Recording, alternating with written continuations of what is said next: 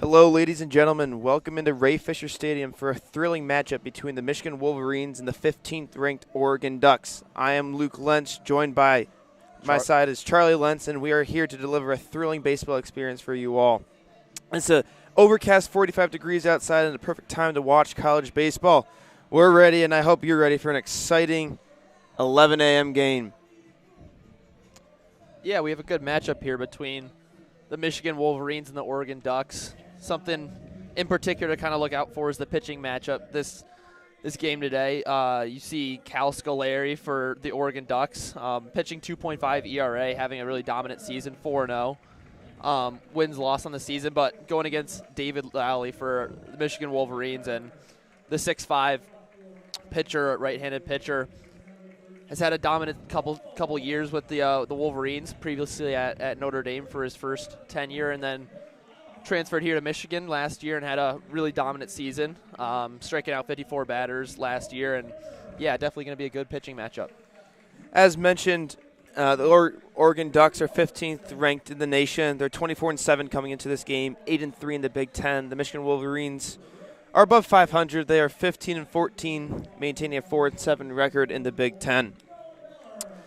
The players are taking their positions on the field, and baseball will be underway in just here in a second. Yeah, as we mentioned, it's a three-game series, and this is the finale to that kind of head-to-head matchup.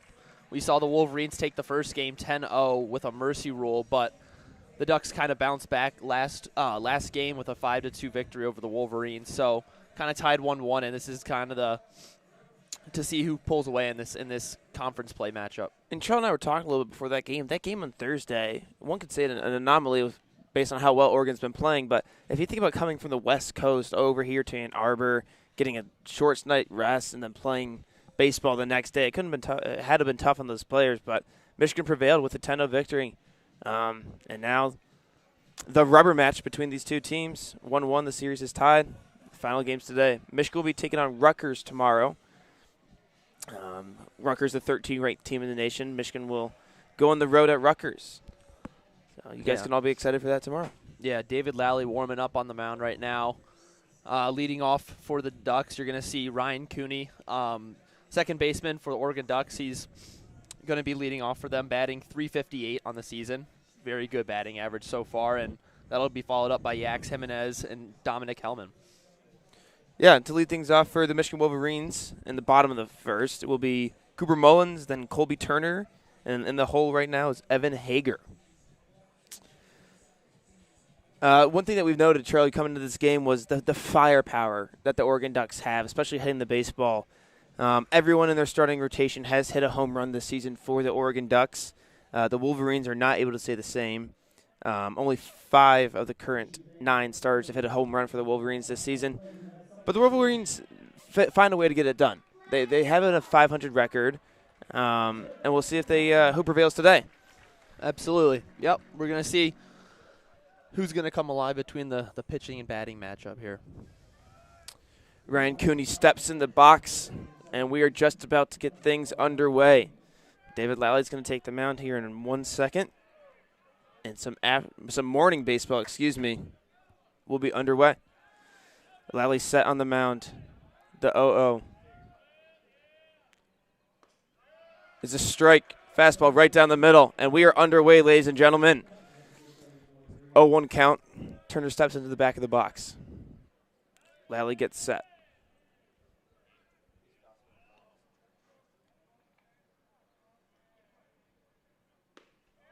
Lally fires low and left. That is a ball. It is a 1-1 count.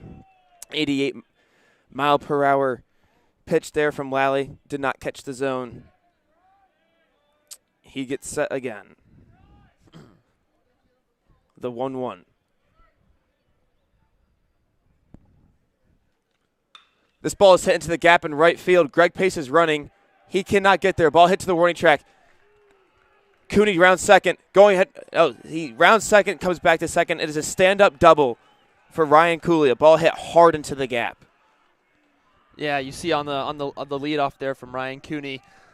He's batting .358, like I mentioned. He was named first team Big Ten All Conference last year, and kind of led the Ducks in batting average and stolen bases. He's 10 stolen bases on 12 attempts on the season, so definitely a good hitter, but also good when he gets on base as well. So definitely a dangerous threat there out on second base. And across 31 games, that's his 12th double.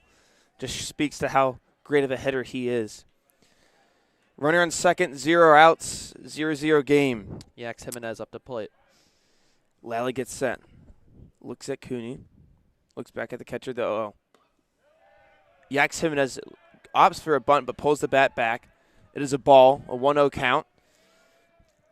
Lally will reset. Kind of like what we talked about there, though, laying down the bunt, getting the chance for Cooney to maybe run and set a runner up in score position there with no outs on the board. Exactly. Lally gets set, the 1-0. This pitch is wide again. Fastball out wide, 2-0 count. Runner on second base, that would be Cooney. Yax Jimenez up to bat. Yax Jimenez batting .330, the sophomore. Switch hitter. The 2-0 as Lally gets set. He checks Cooney. Now delivers. Pitch is high, right down the middle but high. 92-mile-per-hour fastball there. 3-0 count. Lally's behind in the count. Yax Jimenez has a great eye right now. Lally taking a quick breather before he gets back on the mound. He gets set, the 3-0. Checks Cooney. Now delivers the 3-0. And it's a walk, a 4-pitch walk there for David Lally. Great eyes by Yax Jimenez in the batter's box, excuse me. Now Dominic Hellman up to bat for the Oregon Ducks. Runners on first and second. 0-0 game in the top of the first inning. Yeah, you really didn't even give him a chance there. He tried to lay down 2 bunts, but all the pitches kind of outside the zone and a very easy on base there for Yax Jimenez, leaving 2 runners on base with a very strong hitter in Dominic Hellman, right-handed hitter up on the plate. Lally gets set. He fires. This pitch is high and inside. 1-0 count. Runners on first and second for the Oregon Ducks. The designated hitter, Dominic Hellman, still in the box. Dominic Hellman, 6'6". He's got to be a beastly presence in the box. Very tall, intimidating hitter to pitch to. Yeah. And the Michigan Wolverines will take a pitcher's timeout here. Yeah, he's, like you said, very great hitter, batting .265, very solid, but really what I'm looking at is 8 home runs here on the season, 27 RBIs. He has struck out quite a lot this season, though, 34 strikeouts on the year, so kind of interesting on that note, but it's never easy with 0 outs, and you have two men on base there. One in scoring position. You do have the Cooney in scoring position there. Yeah, that's a good point that you mentioned, Charlie. In 113 ABs or attempted at bats, he struck out 34 times. That's roughly a 33% 33% strikeout rate there, which is something that we'll note throughout this game. Yeah, coach is off the mound now, resuming play. David Lally. Manager. Lally gets set for the 1-0. He'll check the runner at second. That's Cooney. And now fires. This is fouled back. 1-1 count. Heater up in the zone there for Lally. Hellman lucky to get a piece of that ball. That ball's coming in quick. And he fouls it back. So we have, I believe the score's wrong, 1-1 count. Runners on first and second, 0 outs here in the top of the first at Ray Fisher Stadium. Lally gets set, checks the runner. The 1-1. Strike 2.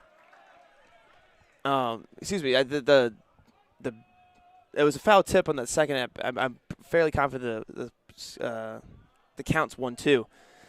Lally gets set though. He'll check the runner once again. He fires. Out wide. That's a ball. Lally gaining some composure here. He needs to get underway. He needs to get a fast start. As we mentioned, he has a 5.4 ERA on the season. Yeah, you're seeing these runners both take big leads off their plates here and making Lally just honestly look at them. It's got to distract him a little bit from these pitches as well. Lally gets set on the mound. Pick off to second base. Cooney gets back in time. I guess he is focusing on that definitely with kind of that turnaround and throw back to second. Well, yeah, you've seen that, Charlie. Ryan Cooney is 10 for 12 on stolen bases this year. He's attempted it 12 times, and he's pretty successful. Here, the 2-2 is now underway. Lally gets set on the mound. He delivers. This is a grounder to shortstop. He goes to first. That's the first out of the inning. First out of the game, excuse me. One out. Runners on both runners advance to second and third. A nice hit there from Hellman to move the runners, get them both in a scoring position now with one out for the Oregon Ducks, and we'll see what Drew Smith can do. Something that's interesting that I'm noticing is the shift that's being put on by the Wolverines here. You have Colby Turner left of the second base, and these right-handed hitters, they're really just trusting that they're going to pull it to these defenders, and we just saw that right there with kind of a short runner to the third baseman, and was able to throw it out to Ladahoff at first. Runners in second and third. The 0-0 pitch is a ball. It is high. Yeah, Jeffries made a nice play there, fielded it properly, realized he could not make the double play. He could not turn two. Opts to throw it over to Ladahoff at first, and they record the first out of the game. Now, the 1-0 count. Runners on second and third. Valley checks the runner. The 1-0 is foul tipped into the catcher's glove. That's a 1-1 count. Nice pitch there from Lally.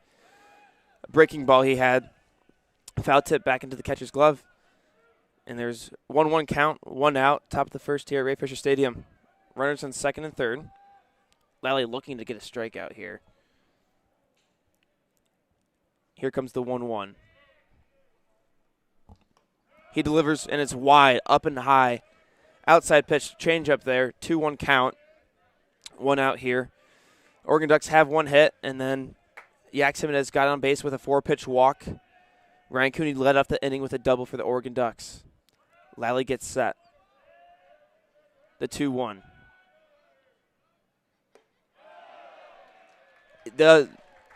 Drew Smith checks his swing there, and he did go.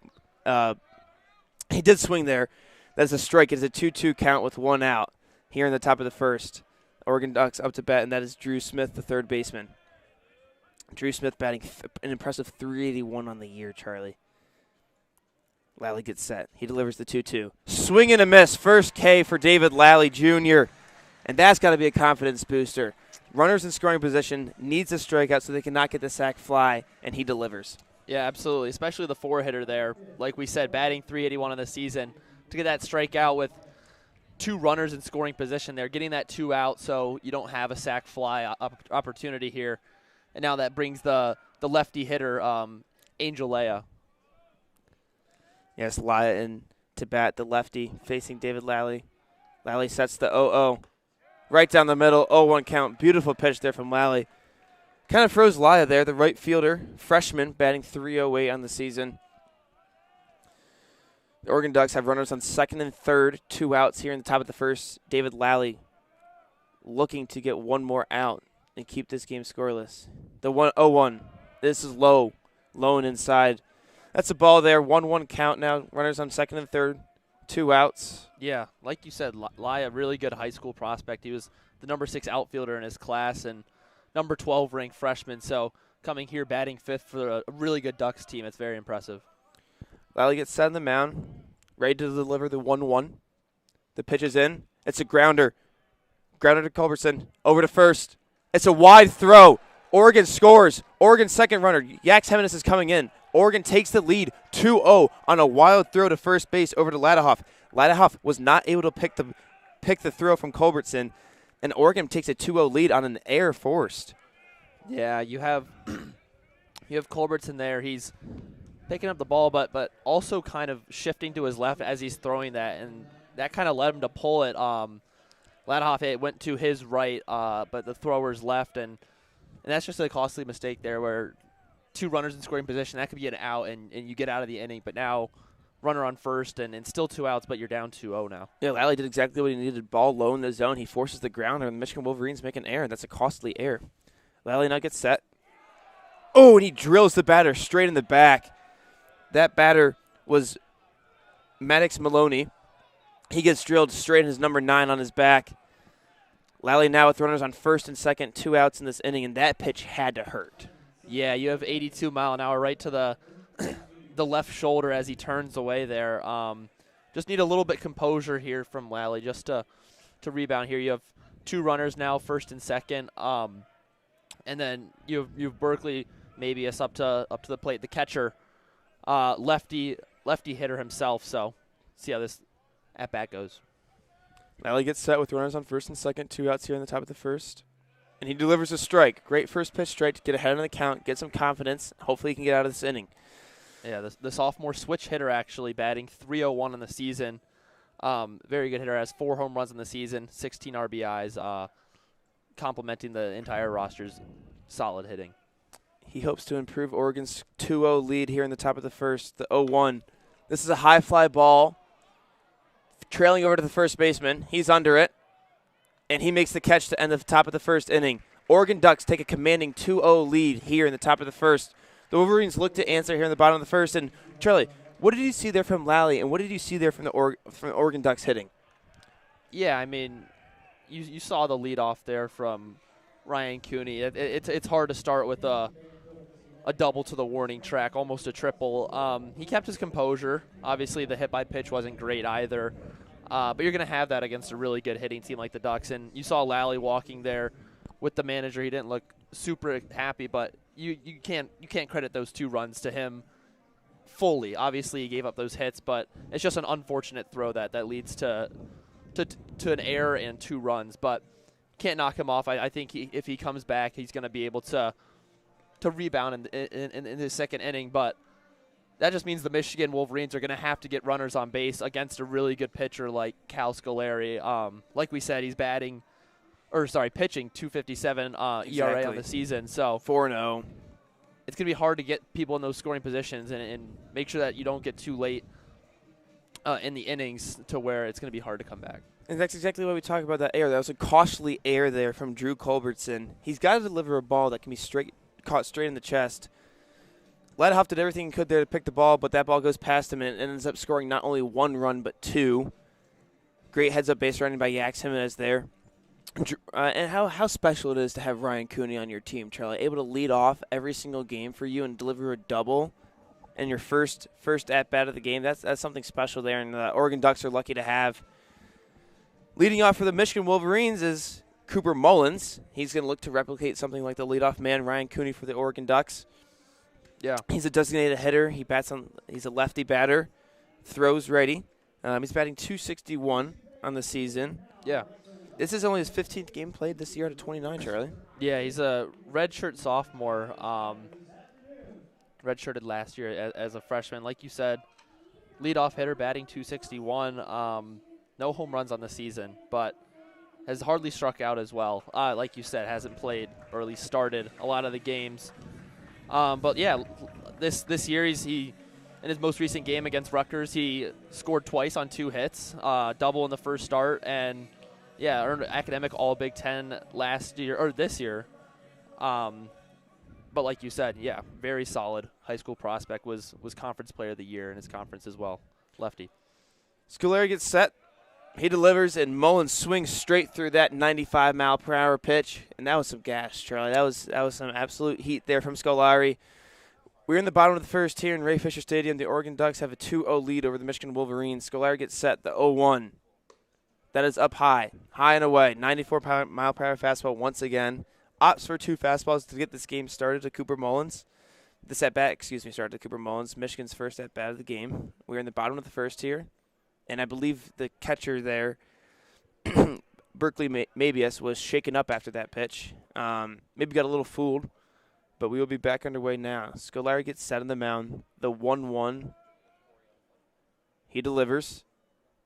This is foul-tipped left, heads up, cars over to the left. That pitch is, once again, 93-mile-per-hour pitch. Tough to get up to. He was behind that one, and Cooper Mullins fouls it over the third base baseline outside of the stadium. You see 3 straight fastballs starting the game with a 95-mile-an-hour fastball. Scolari delivers the 1-2, and this ball is hit to left field. Able for Jimenez to make the catch. Pretty easy. It was hit right to Jimenez. A nice hack there from Mullins, but nice heads-up play from Yax Jimenez, and Scolari gets his first out of the game. Yeah, now up to bat is number 14, Colby Turner. Objectively one of the best hitters on the team this season, batting .377 with a very impressive 7 home runs and 27 RBIs. has truly been a staple for the Wolverines this year. He had a double and scored last game against Rutgers and has been batting very solid so far. Scolari gets set. He delivers the 0-0, and there's a strike right down the middle. 86 mile per hour off-speed pitch there from Scolari. He gets ahead in the count 0-1 with 1 out. Oregon leads 2-0. The 0-1 out wide. Good eye there from Turner. We're at a 1-1 count here with 1 out here in the bottom of the first inning. 94 mile per hour fastball in that last one by Scolari. He gets set on the mound in those bright green Oregon uniforms. Here's the 1-1. That pitch is fouled back. It's kind of close to us, Charlie. Yeah. Nice 93 mile per hour pitch once again there. Scolari's liking a hit. He's liking the heat today. Yeah. On this 45-degree day, he wants to bring the gas. So yeah, the transfer from San Diego State has made contact with a couple of these pitches, but is down in the count right now against Scolari. Scolari delivers the 1-2. This ball is hit high, deep into center field, but Brooks is able to get under it and make the out. That was a high fly ball. Brooks had enough time to get under it. Great hit there from Colby Turner, but it's directly to the center fielder. And those are two hits for contact there by the Wolverines that have gone straight to the outfielders. But they're finding Scolari. They're matching his heat early. Yeah. Now up to bat, the redshirt sophomore, number 0, Evan Hager, the lefty from New Hudson, Michigan. He went to high school in Detroit Catholic Central, near the University of Michigan himself. Having a very solid sophomore season, homered twice, and a 3 RBI win against Rutgers. Lally gets set for the 0-0, 2 outs. Delivers his fastball straight down the middle. 0-1 count. Gets ahead early in the count. That is Scolari. 95 mile per hour fastball. Evan Hager looks to get on base, get the first hit for the Wolverines today. We are in the bottom of the first. Oregon leads 2-0 over the Michigan Wolverines. Scolari gets set. The 0-1. Delivers a slider straight. Comes outside the zone, back over the plate. 78 mile per hour pitch there from Scolari, and that was disgusting. Yeah. He gets a strike. It is an 0-2 count with 2 outs here in the bottom of the first. Evan Hager up to bat. Hager's ready. Scolari's ready. Here comes the 0-2. Grounder to second base. Cooney fields it and delivers it to Miranda for the third out of the first inning. We will be at the top of the second inning in just a little bit.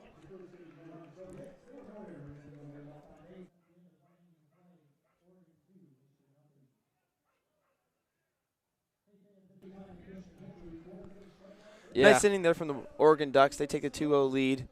What did you see there, Charlie, in that whole inning?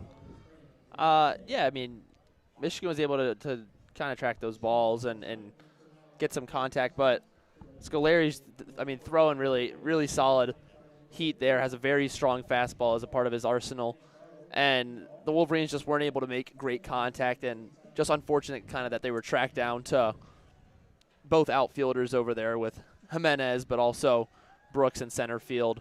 But a very quick bottom of the first there, and Scolari's be able to get out there with not a ton of pitches on the pitch count. So really stress-free inning there for the Ducks. And we talked about how they were going to need to respond quickly, the Wolverines, but now Lally has to do something on his part, on the defensive part, to kind of heal the wounds there and not let any more damage occur in the top of the second. And that's exactly right. Something you mentioned, Charlie.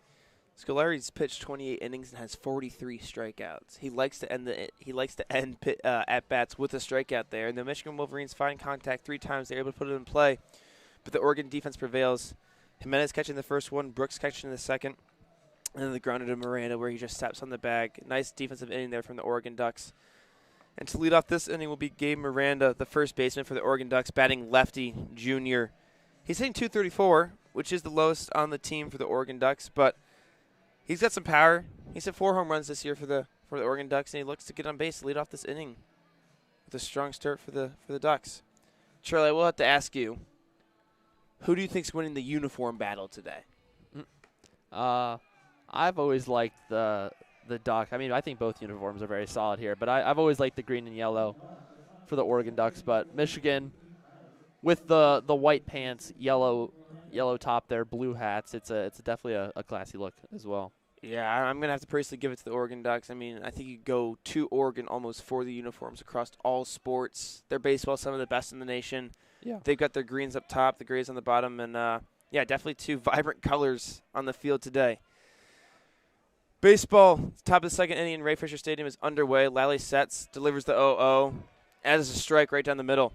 Yeah, 0-1 count there for Lally. Yeah, Gabe Miranda started his collegiate career at TCU, transferred to Northern Kentucky, and then transferred again to the Oregon Ducks here. Let's see what he does. Yeah, Lally gets set with the 0-1. Drops down to bunt Miranda does, but is foul. 0-2 count there. Lally's ahead in this count. Definitely an improvement from last inning after giving up a 2-0 count, a double into the gap there.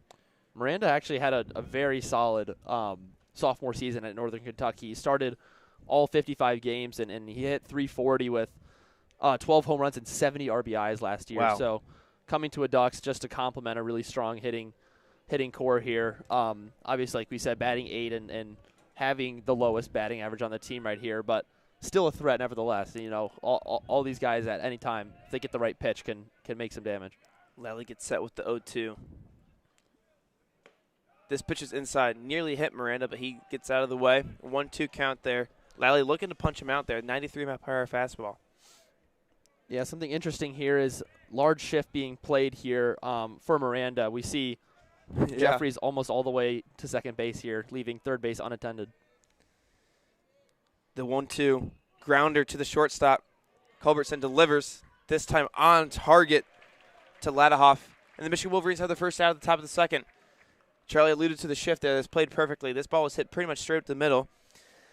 Culbertson was able to shift over to where the second baseman was, deliver the throw over to Ladahoff, and the Michigan Wolverines defense prevails that time. They would have liked to see that happen there in the top of the first and keep those 2 runs off the board, but now up to bat is Jack Brooks. Something that was interesting to me there was Jeffries is actually playing further right there than Culbertson. Oh. Like he grounded the pitch and threw it out, but third baseman was even farther right there. I don't know if that was a strategy. That's just my ignorance maybe playing a role there, but very interesting.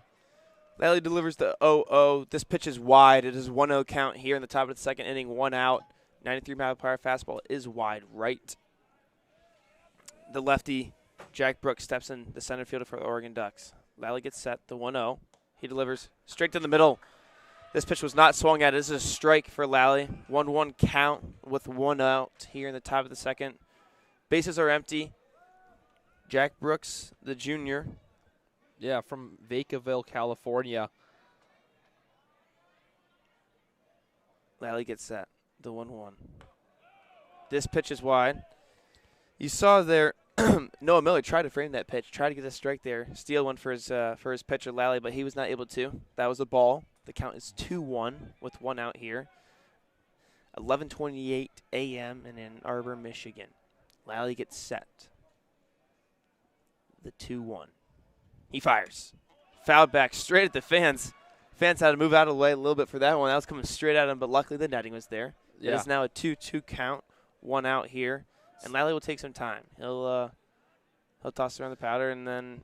Yes, speaking of 2-2, Jack Brooks actually was 2 for 2 in the previous game against the Wolverines in the 5-2 win. Had 2 for 2 with 1 RBI, so definitely a strong showing. Maybe trying to look to repeat that this game. This one is fouled off the batter's foot. Brooks fouled it off himself. The ball went into play, but he's a little he's shaken up there. He took it straight at the top of the foot there, Charlie. That's got to hurt. That's two batters now shaken up from a Lally pitch, but that one was Brooks' fault. He fouled it off his foot. A 2-2 count here in the top of the second inning, 1 out, bases empty, and Brooks needs some time. He's shaking it off. We'll let you know when he gets back in the batter's box. But, yeah, as you mentioned, Charlie, Brooks had a great last game yesterday. Oregon Ducks won that game 5-2. Michigan Wolverines won the game on Thursday 10-0 in 7 innings due to the mercy rule. Yeah, we see the favorable righty pitcher versus lefty hitter there, and it's always just easier on the eye of the batter there if you're kind of going in that opposite matchup. Exactly. Brooks is seeing the ball sooner than his teammate righty batters would. This ball, the 2-2, is out wide. Tried to get it back in the zone, but was not able to. The 81-mile-per-hour slider was not able to cross the plate, and it is a 3-2 full count here for Lally. The shift is on for the Wolverine defense. The 3-2, 1 out. Lally gets set. He delivers. This ball is grounded to the shortstop. Jeffries in position, makes an acrobatic play and is not able to throw the runner out in time. Jack Brooks took off as soon as that ground ball was hit. It was a choppy one. Able to get to first base before the ball was thrown there. The shift was on, so Jeffries was at shortstop there, and he was not able to get it there to the first baseman. Yeah, you see Jack Brooks just sprinting there. Might be the fastest player on that roster. He's 7 for 7 stolen bases and attempts, and when you have a dead ground ball there with the infielders playing so far back there, it's going to be so hard to grab it. He barehanded that and tried to throw, but just a couple hops too late there, and then get one on board there early in the top of the second. And one thing to note there, Charlie, is it was actually Drew Culbertson. Excuse me. You're right. Jeffries comes over and plays almost at second base, and Culbertson stays at shortstop on the shift. Yeah. The shift is on here once again. Ryan Cooney up to bat following his double. The 0-0. This ball is grounded between the third baseman and shortstop. Brooks rounds second, but opts to stay there. A base hit for Ryan Cooney, and he is 2 for 2 in this game, and he is seeing Lally really well. Yeah. Josh Campbell sprinting up there to answer that hard hit ground ball into left field, halts the runner Jack Brooks into rounding second to go to third. But now you have two of their best base runners on base right now with Cooney and Brooks there, and now you have a good hitter in Jimenez, the lefty, going to need a strong pitching sequence to get these 2 outs on board. Yeah, top of the second, runners on first and second for the Oregon Ducks. 1 out. The 0-0 delivers. This ball is hit deep into center field. Hager's underneath it. Yet Jimenez tags. Hager outs to throw him out, but the runner is cut off. The throw is cut off, excuse me. Jack Brooks tags, and he's able to get to third base. Runners on first and third, 2 outs. One could say that Yax Jimenez did his job there by advancing the runner, but he does get another out for the Oregon Ducks. Now the 6'6" designated hitter, Dominic Hellman, for the Oregon Ducks is set to get away and look to increase the Oregon Ducks score. Yeah. A lot of accolades for Hellman last year. He was Big Ten Conference All-Tournament team, third-team All-Conference as well. Had a very strong showing last season and is kind of looking to replicate that this season and this game in specific. Lally gets set. He delivers the 0-0. And that's a strike. Beautiful pitch there from Lally. The shift is on once again for Hellman. That is Culbertson almost playing in left field. The infield is shifted to the left. Runners on first and third. 0-1 count. 2 outs here in the top of the second. Lally gets set. The 0-1. He fires. That ball is wide. No bother framing that pitch there. That was well wide. 1-1 count here with 2 outs in Ann Arbor, Michigan. I thought that Cooney almost took off there. It looked like he was about to try to steal first to second, but came back there at the end. But definitely taking a big lead off, maybe looking to steal. Yeah, that's something definitely to point out. There's no runner even guarding second base right now. This ball's grounded up the middle. The throw over to first, and he is out in time. Hellman hits one ground ball hard to Turner. Turner makes a great play, delivers it over to Ladahoff, and the inning is done. We'll be going to the bottom of the second inning there, and once again, the Oregon Ducks, 3 hits on this game, get runners in a scoring position, make Lally work for a tough 3 outs without giving up any runs. This time in the second, last time he was not able to do so. Due to the Michigan Wolverines' poor defense in the first inning. Yeah, and you see due up next inning, you're going to have Noah Miller, the 4-hitter for Michigan, catcher. He's been with the team for a long time. It's going to go Noah Miller, Cade Ladahoff, and Braden Jeffries to kind of start off for the Wolverines there, but might even see deeper into the roster there this inning with Greg Pace Jr. batting 7th. Then having Josh Campbell and then Culbertson to round it out. Yeah, Scolari only pitched 11 pitches there in the first inning. His arm's still very fresh. He's looking to continue the shutout performance so far through 1 inning for the Oregon Ducks. Yeah, I feel we've really only seen a lot of the Ducks hitting so far. Yeah. It was 3 quick at bats there for the Wolverines, but when you have the cleanup hitter to start off, hopefully you can hit. Get on base, but maybe even make a bigger statement there with Miller hitting as well as he has in recent time. Exactly, and we mentioned it. This game's been underway for 30 minutes here, and there's only been 11 Oregon pitches. Very strong showing so far from the Oregon Ducks, but the Wolverines are going to look to answer here. Led off by Noah Miller, the junior catcher, batting right-handed for the Michigan Wolverines. And he's having a great season, Charlie. He's batting .297 on the year with 2 home runs, 4 doubles. He looks to get on base here to lead off the Wolverines' number 4. Yeah. He's about to step in the batter's box, and we'll be underway in the bottom of the second. Yeah. Like Luke said, redshirt sophomore Noah Miller. He's from Monroe, Michigan as well. A lot of Michigan natives on the Michigan team. We talked about Detroit Catholic Central. He went to Monroe Heights School. But having a really good season. He went 2 for 4 with an RBI against that Rutgers game. Looking to repeat that. Scolari gets set to lead off the bottom of the second. The 0-0 is in for a strike. The off-speed pitch. First pitch to Noah Miller. He gets the strike. Scolari's ahead in this count. 0-1, 0 outs. Bases empty here in the bottom of the second. The 0-1. Straight down the middle. Once again, another off-speed pitch there from Scolari. Opting in the first inning to throw a lot of fastballs. This time leads with 2 off-speed pitches to Noah Miller. And he's been frozen by both of them. Scolari way ahead in the count. 0 balls, 2 strikes. He delivers. Well high. 1-2 count. That one was a ball. 1 ball, 2 strikes, 0 outs here in the bottom of the second to Noah Miller. Scolari gets set. Does not take a lot of time on the mound for Scolari. The 1-2. This ball is punched into the right field. Noah Miller rounds first and then opts to stay at first.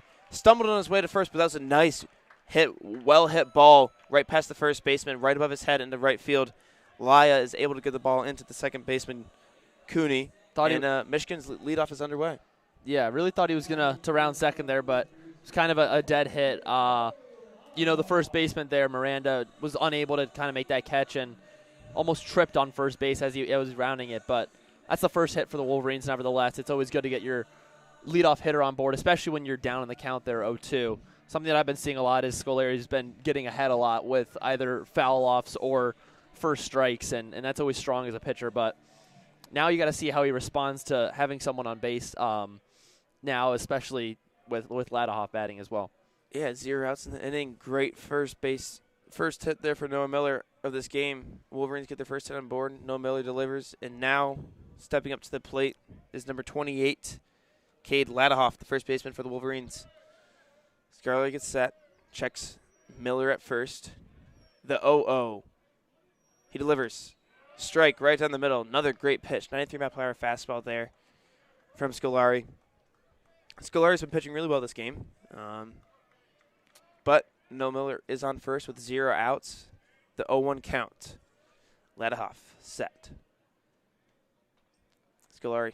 He delivers. This pitch is wide. 1-1.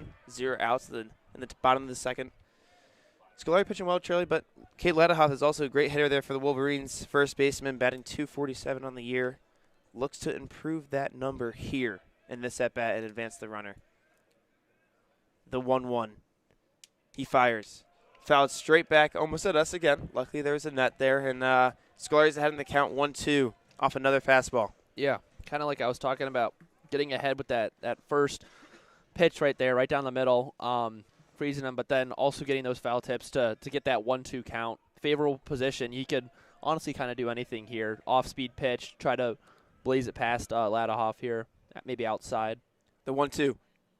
This pitch is to the third baseman, right past the third baseman's glove. Noah Miller gets to second base. And what a great hit there from Cade Ladahoff, straight underneath the third baseman's glove. That is Smith there, Drew Smith for the Oregon Ducks, and he's unable to make the play. Base hit there from Cade Ladahoff. Runners on first and second for the Michigan Wolverines here in the bottom of the second.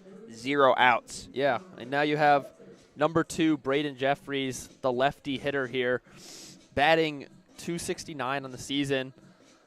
Sophomore right now, and with 0 outs here, he's looking to make an impact, either get runners scoring position or maybe even get Noah Miller home on a deep outfield hit. Yes, Braden Jeffries opts the bunt, and this ball gets past. Runners advance to second and third there for the Michigan Wolverines. Scolari with the wild pitch. The catcher there for the Oregon Ducks, Berkeley Mabius, is not able to get that ball, and he is it goes to the backstop, and the Wolverines have runners on second and third here. A wild turn of events with 0 outs here in the bottom of the second inning and a 1-0 count with Braden Jeffries up to bat. Mabius is going to take some time to go talk to Scolari, on the mound here, have a quick discussion, maybe just recoup and create a little game plan here because, like we said, now you have Jeffries up, the lefty hitter against a righty pitcher. Now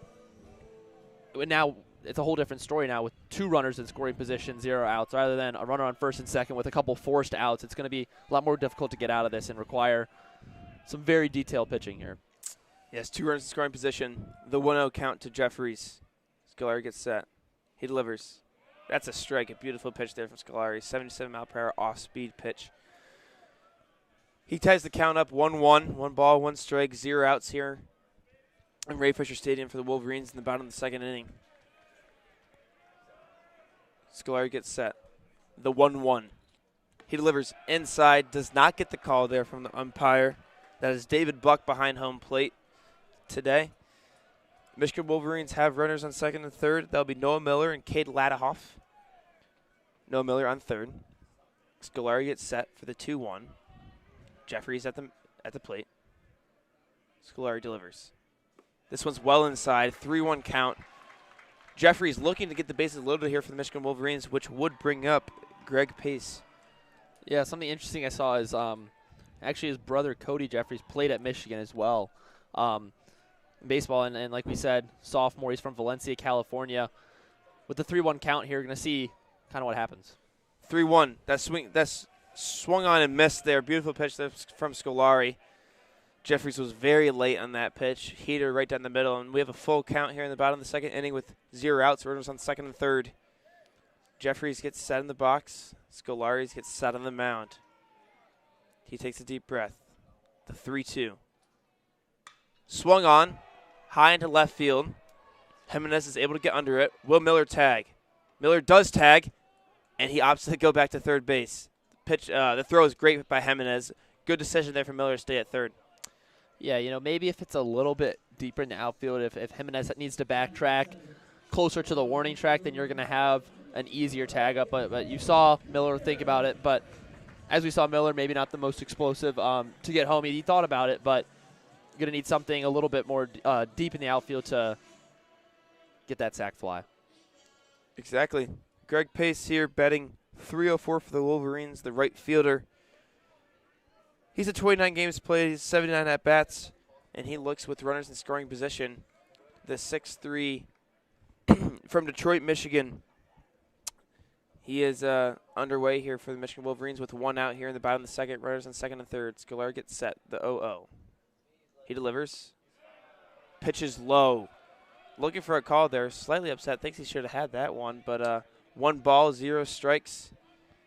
Yeah, the at-bat to Greg Pace Jr. Something interesting, played 54 out of the 56 games last year, but had 14 extra base hits last year with 6 home runs and 21 RBIs. Scolari delivers the 1-0. This one's called a strike, 1-1. 1 ball, 1 strike. That pitch was a little bit wide here by what it looks like, but he gets the call. 1-1 count, 1 out here in the bottom of the 2nd to Greg Pace Jr. Scolari delivers.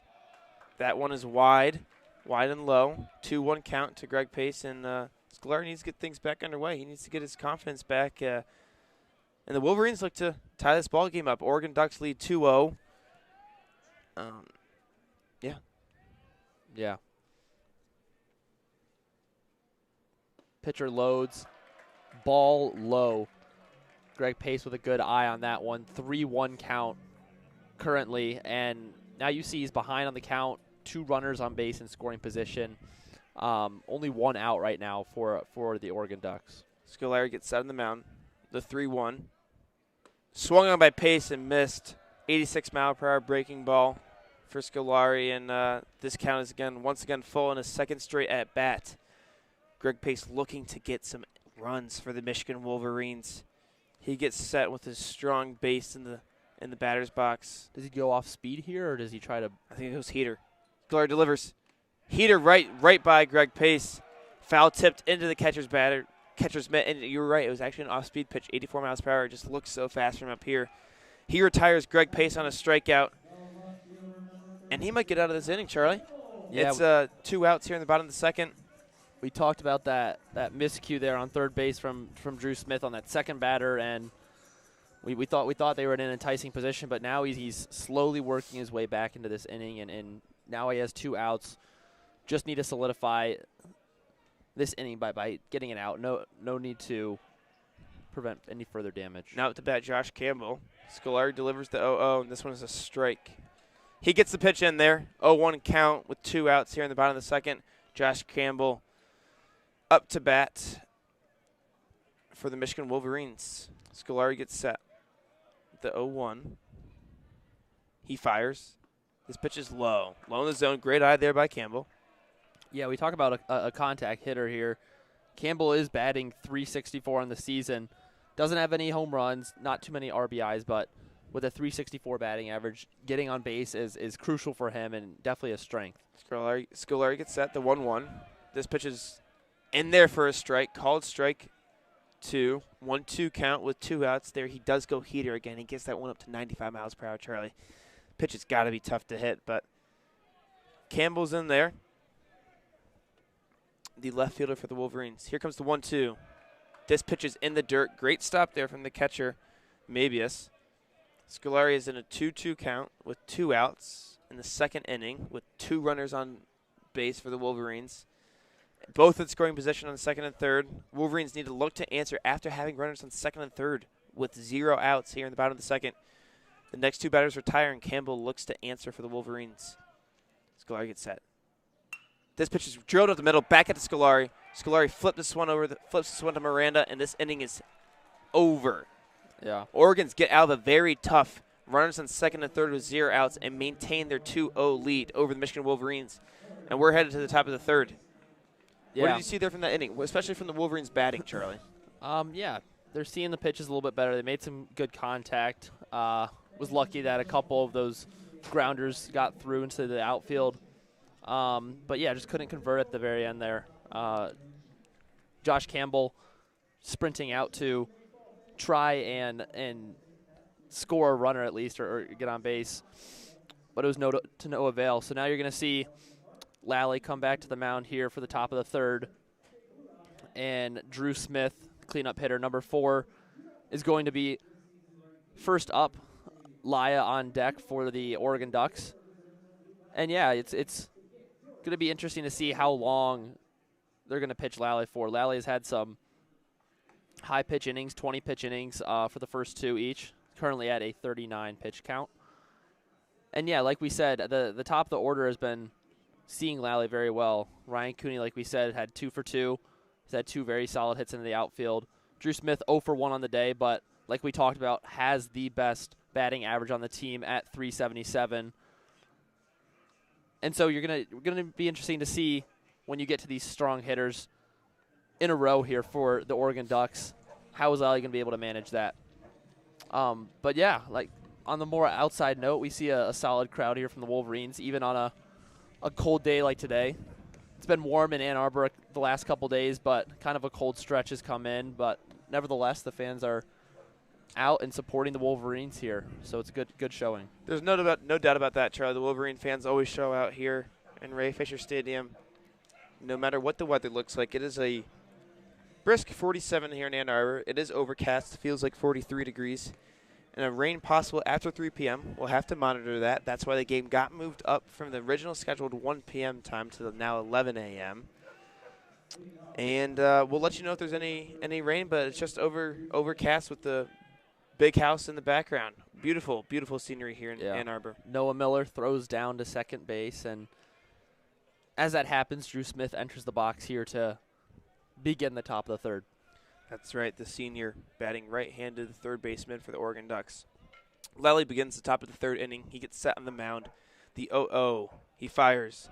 That pitch is high. Great eye there from Drew Smith. Batting .377 on the year, Charlie. Yeah, like I mentioned, definitely a very solid hitter. Lally gets set, the 1-0. Takes a deep breath on the mound. He fires. This pitch is fouled off into the Oregon dugout. 1-1 count there from Lally, and Drew Smith checked the swing there and opted not to go through with that swing, even though he made contact. Yeah, normally when you have these cleanup hitters, these big hitters, normally you don't see those high batting averages, but having that .377 batting average with 9 home runs and 34 RBIs, just on both ends, a true slugger. Lally delivers the 1-1. This pitch is fouled off, going right. The car should be fine here. Yeah, this one's into the Oregon pitchers, where the Oregon guest pitchers warm up. And it's a 1-2 count here for Lally early in the top of the third.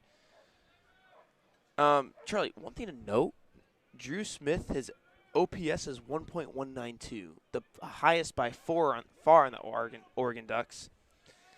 Yeah, it's just a testament to how great of a hitter he is. The 1-2, Lally. Swung on and missed there. Drew Smith. Lally retires the first batter to the top of the third inning.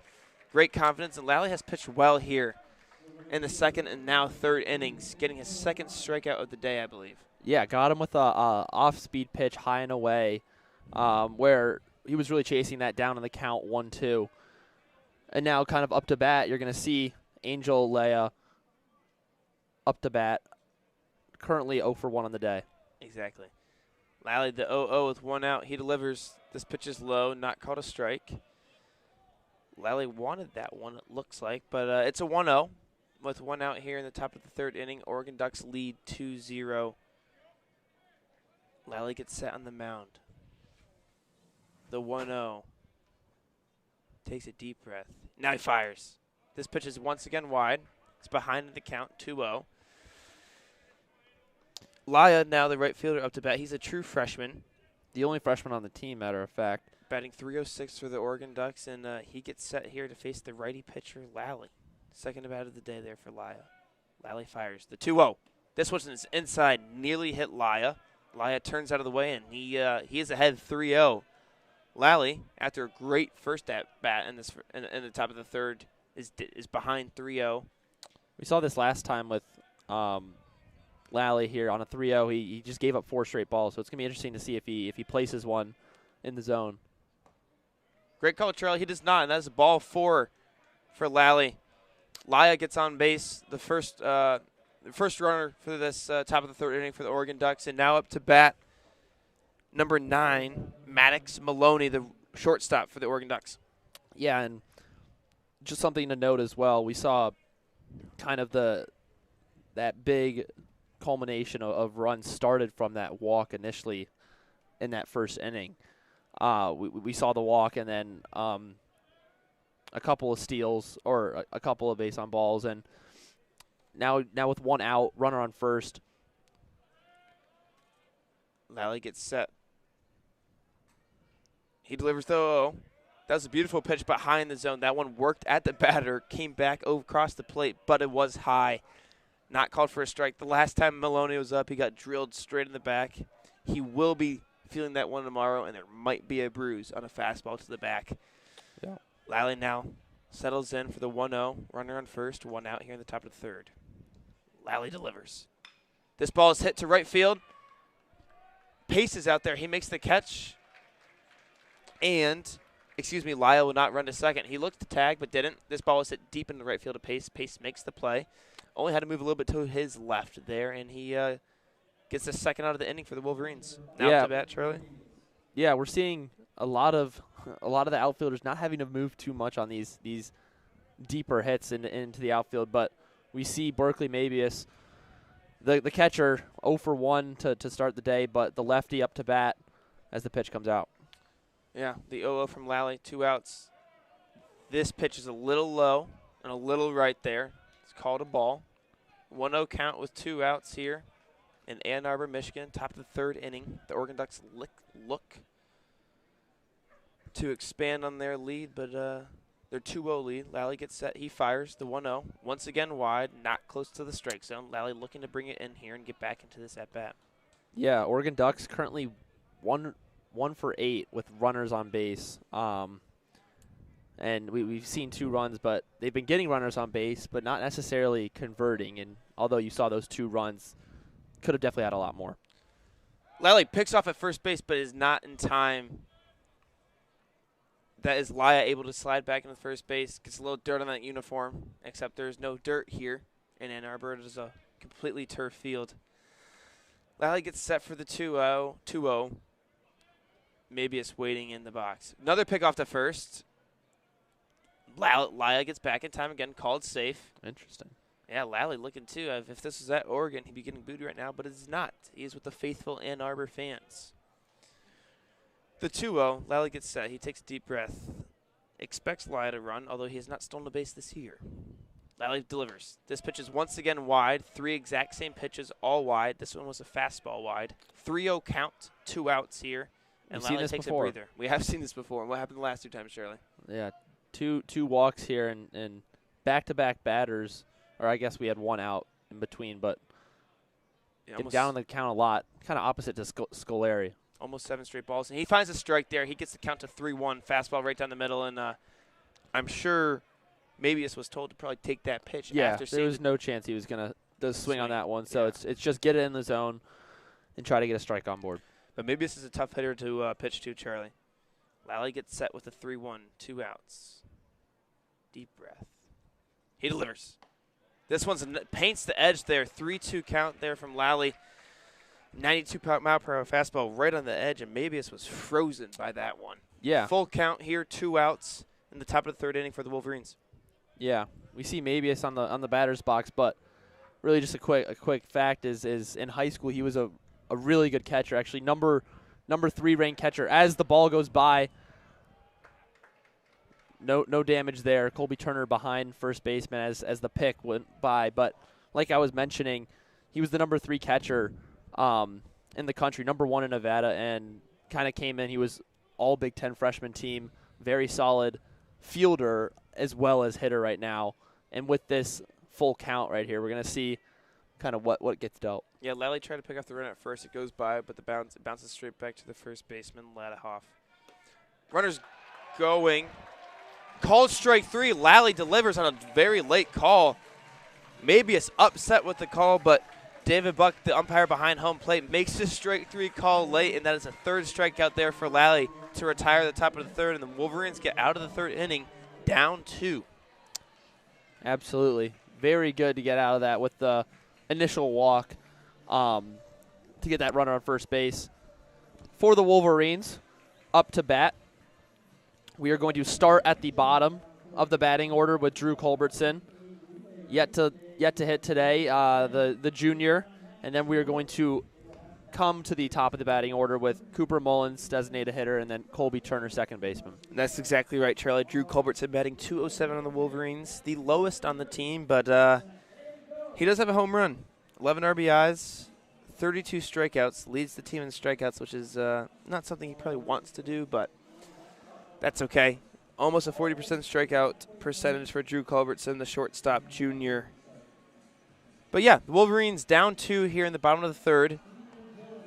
Sun's trying to peek through a little bit. It is still very much cloudy here in Ann Arbor today. Scolari takes the mound again. He's warming up. And what do you think the Wolverines need to do in order to get back in this game, Charlie? I know they saw Scolari really well last inning, had runners in scoring position, but were not able to execute.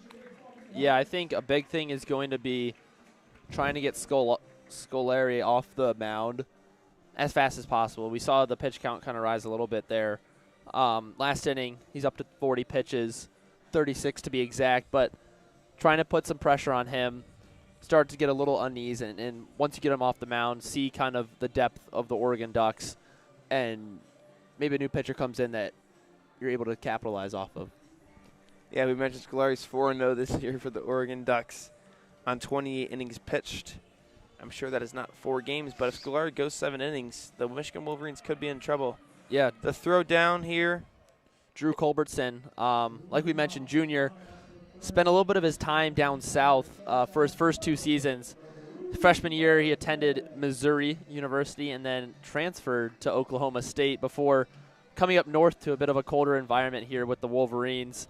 But having a solid, steadfast junior season here and steps into the box. Yeah, Drew Culbertson leads things off here in the bottom of the 3rd for the Wolverines. Scolari gets set, delivers the 0-0. Swung on and missed by Culbertson. As mentioned, he has almost a 40% strikeout percentage here for the Wolverines, but he looks to get on base and lead the innings off positively for the Michigan Wolverines. Out of Greenwood, Indiana, Culbertson fixes his gloves. Scolari gets set in the 0-1 count in the bottom of the 3rd. Oregon Ducks lead 2-0. He fires on. This pitch is strike 2. It is in there. Culbertson's going to take a timeout. Regroup himself, and that was a great pitch from Scolari to get ahead 0-2 in the count. It was a good frame from Mabius as well. Yes. That ball's on the edge, but Mabius, like we talked about, very good catcher, very good at framing. The 0-2 is delivered, and it is high and wide. Great eye there from Culbertson. Needs to get back into this count. 1-2 count for Scolari. Looking to retire the first batter of the inning for the Wolverines pretty effortlessly. Here comes the 1-2 quickly. This one's inside, and it hit him. It hit Culbertson barely. Maybe nicked a piece of his jersey, but that still counts as a hit. The umpire signals him to go to first. And great at bat there from Culbertson, turning an 0-2 into a hit by pitch. Didn't really duck out of that way. He ate that one, and rightfully so. Now up to bat, Cooper Mullins, the designated hitter, number 40 for the Wolverines. Yeah, redshirt sophomore, like we talked about, lefty, and getting a runner on base with the top of the order. Strong momentum here for the Wolverines. Let's see if they can capitalize on it. The Ducks lead 2-0 in this game. Runner on first here, though, in the bottom of the third. It's 0 outs. They go for the pickoff. And Culbertson gets back in time. He is safe. Scolari. Culbertson is a danger on the bases. He's 4 stolen bases on 5 attempts for the Wolverines. Scolari gets set. The 0-0. Runner takes off to second base. He takes off to third base now after he was hit. And Culbertson gets to third base on a wild turn of events. The pitch was blocked. It wasn't really low. It was just blocked, not caught by Mabius. Runner takes off to second on what could have been a close play. Mabius' throw hits Culbertson at second base. The ball bounces into left field, and Culbertson takes off to third base and gets 2 stolen bases there to take his season total to 6 stolen bases. What a great play, heads-up base running there from Culbertson. Runner on third now for the Wolverines, 0 outs in the bottom of the third. Wolverine fans are now in it, and Scolari is under pressure. The 0-0. This pitch is swung on, foul tip there, left. It says it's the 0-1 count here in Ray Fisher Stadium, but I believe he stole the base on a strike. No? Charlie? It might be. I'm not quite sure. We'll let you know. To be honest, yeah, 1-1 count. 1-1 count here. Scolari gets set. He delivers. This one's foul tipped once again off the catcher. Maybe it needs a second. Not sure where it got him. But players have been getting dinged up a little bit today. Culbertson was looking to steal home there. Really? I thought for a second it was a wild pitch again, but it was foul tipped. Right. Exactly. You don't see that often, the steal home. But, if a pitch can get by Mabius once again, Culbertson with his speed is going to look to take off. It is a 1-2 count here to Mullins. Cooper Mullins batting .261 on the year for the Wolverines. Looking to get an RBI here in the bottom of the third. Infield in. This ball is batted into left field and goes into the Wolverines' dugout. Great swing there for Mullins, but he's not able to get that one in play. It's a foul tip, but he extends the at-bat. Yeah, like we talked about, Wolverines, a lot of diverse people here on the base path. There's 4 different people that have stolen on the season. Everyone's stealing almost equally, and so if you get any runners on base, obviously not Cooper Mullins, but the next 3 batters actually with Colby Turner, everyone's very active on the base path. So it's just getting these people on base, and then, like we saw, getting them in scoring position on third. Scolari gets set for the 2-2. Runner on third. Scolari winds and deals. This pitch is grounded to the first base. Miranda fields it cleanly, steps on the base, and Culbertson opts not to go. Something happened. We're seeing the first base ump, Terry Helget. It looked like almost he maybe didn't even step on the base when he grounded the ball. Maybe he was already past it. We see the Wolverine dugout looking at it. They celebrated initially, but I think in the end they called it out. We're going to see the Wolverines manager is coming out to talk to the umpire.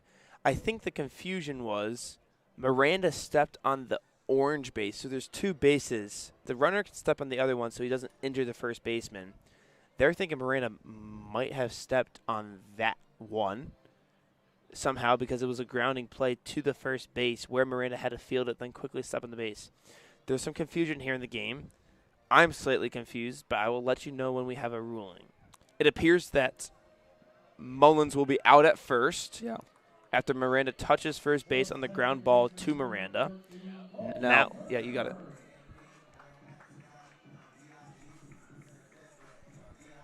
Yeah, now up to the bat. See Colby Turner, Jr. from Huntington Beach, California.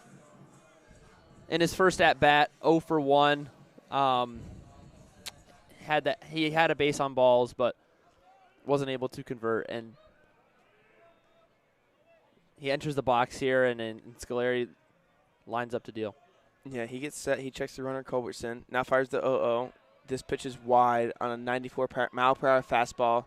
Does not touch the zone, and it's going to be a 1-0 count with 1 out here in the bottom of the third. Runner on third base. Oregon Ducks lead 2-0. Colby Turner in the box. Scolari gets set.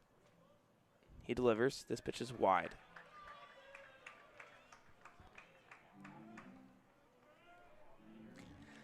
Scolari getting back on the mound here. He's going to check Culbertson before he gets ready to deliver.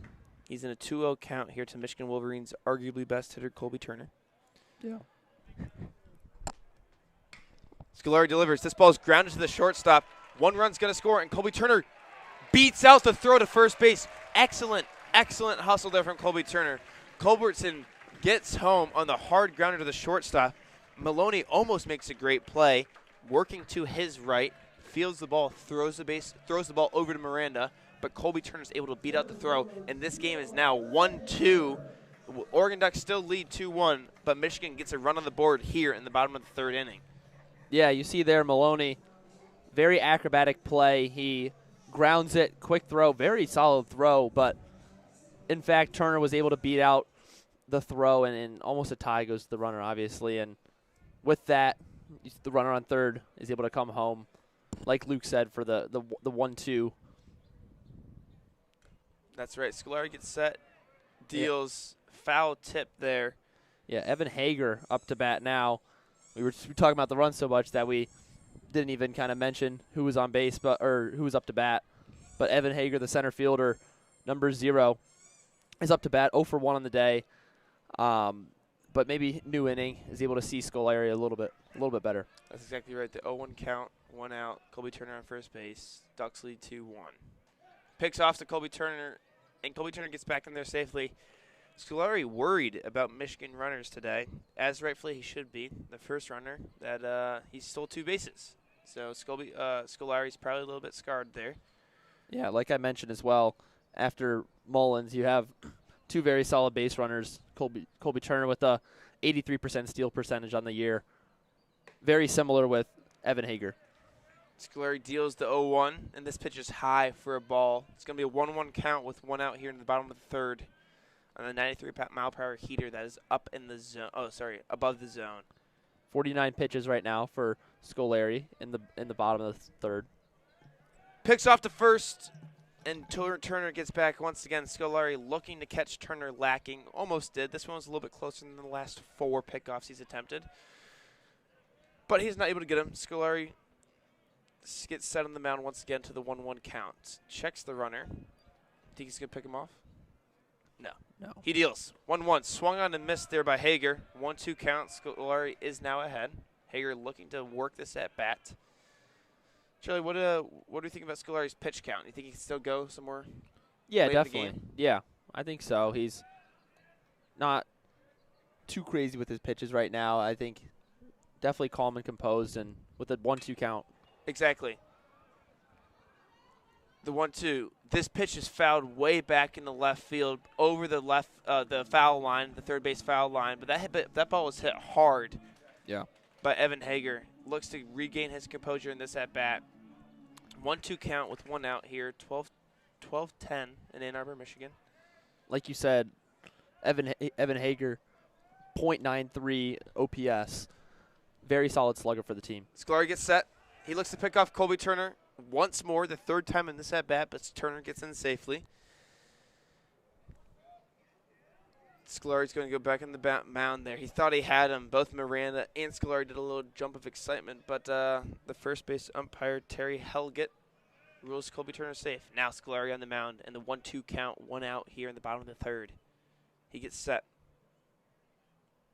He fires. This one's fouled into the Oregon dugout.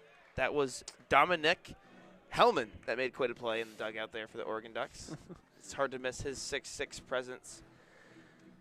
Now Scolari still ahead in this account 1-2, but Hager is battling. That's the last 2 pitches have been fouled off. One borderline could have been gone if it was in play. But Scolari will get set here in the 1-2. Will he go to the first base? Yes, he will. And Colby Turner is well safe, Charlie. What are you making of this? Yeah. No, I think that last pitch there was a lot of movement on that pitch. It looked like it was coming right down the middle and then just jams Hager inside. Like we said, that foul off into the dugout. But 1-2 count here. It's going to be interesting to see kind of how he battles. Scolari deals. This pitch is low and inside. Check swing there from Hager, and he did not go. 2-2 count. Hager, 1 at bat here. He's batting .300 on the year. Great hitter for the Wolverines. Looking to advance Colby Turner. Colby Turner's looking to get it done by himself. There's been 4 pickoff attempts here in this at bat. Let's see if Scolari makes it a 5th. 2-2. He does. There's the 5th, and Colby Turner's once again safe. Scolari still looking to get that pickoff, but he has not gotten one yet today. This is 5th pickoff attempt to Colby Turner. Colby Turner is a danger on the on the bases. Scolari gets set to deal the 2-2, 1 out. He deals. This one's hit on into the gap in left field. Colby Turner gets to second. He rounds second and opts not to go to third. Hard hit ball there from Hager. Makes a little signal to the Michigan bench. And Michigan has runners on first and second here in the bottom of the third inning, 1 out. And will the manager come out to talk to Scolari? He will. Great prediction by me. Is actually the pitching coach for the Oregon Ducks.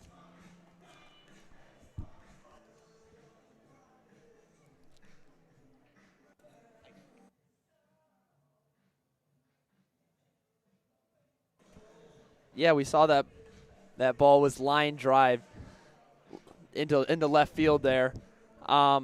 Very, very solid contact there. And like you mentioned, we're seeing that these batters are seeing Scolari a lot better.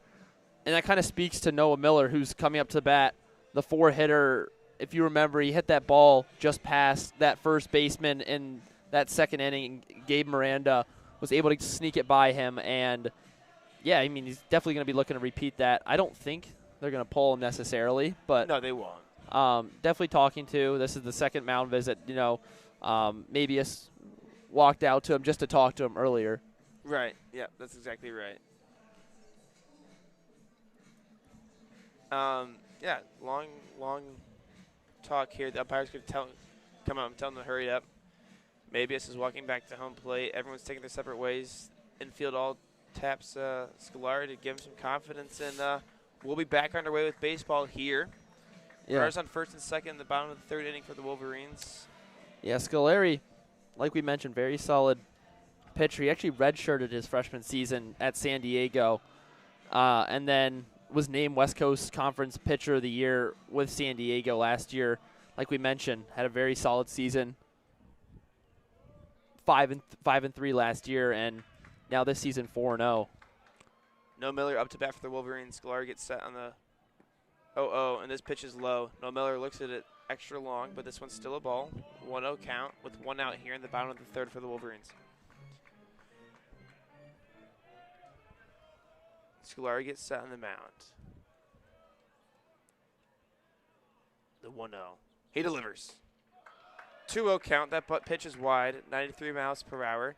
2 miles per hour coming off his fastball so far this game. But, man, he still looks good. He's got his Oregon Ducks leading this game 2-1, even though Michigan wins the hitting battle. Runners on first and second, the 2-0. Scolari deals. This pitch is over our heads, fouled back. 2-1 count.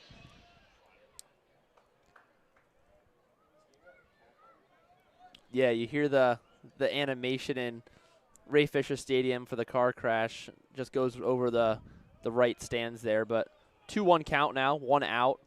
as the pitcher deals. 2-1. This pitch is fouled, same spot. You might hear that same animation Charlie just alluded to once more. But another great pitch from Scolari. This one's fouled back by Noah Miller. A little bit behind on it.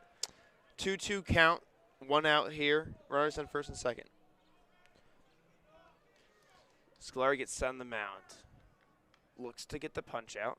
But Noah Miller has things to say about that.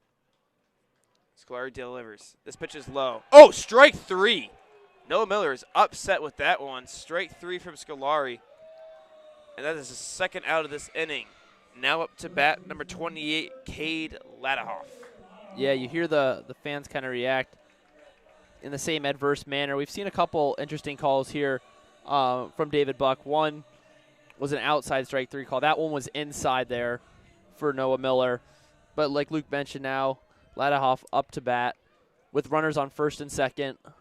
2 outs to his name. The 0-0. This pitch appeared to be a strike, but it was called a ball. 1-0 count. Scolari with 2 outs in this bottom of the third inning. Michigan Wolverines have scored a run here. Ladahoff up to bat. This pitch is once again wide on the 1-0. Now 2-0 for Scolari with 2 outs remaining. Or 2 outs in this inning, excuse me. Ladahoff batting .247 for the Wolverines this year. He has a runner in scoring position with another one on first base. The 2-0 from Scolari. He deals. That pitch is high, and he got a 3-0 count, Charlie. Yeah, Ladahoff 1 for 1 during this game. He had a single earlier in that second inning. Mm-hmm. And, yeah, like we said, it was Noah Miller in that second inning, and then Ladahoff right after that. But he's looking to kind of repeat this with a very neutral. There's no shift here for the Oregon Ducks. The 3-0 is fired, and it is a strike. This one gets in there. I'm sure Ladahoff was told to take in the 3-0. 3-1 count now. 2 outs here in the bottom of the third. 12:17 p.m. here in Ann Arbor. The 3-1 from Scolari. This one's low, and bases are now loaded, which brings up Braden Jeffries. Jeffries, 0 home runs on the season. Be great for his first one to be a grand slam. But bases are loaded, and Michigan just needs one more run to tie this game up. On deck is Greg Pace, and in the hole is Josh Campbell. But there are 2 outs in this inning.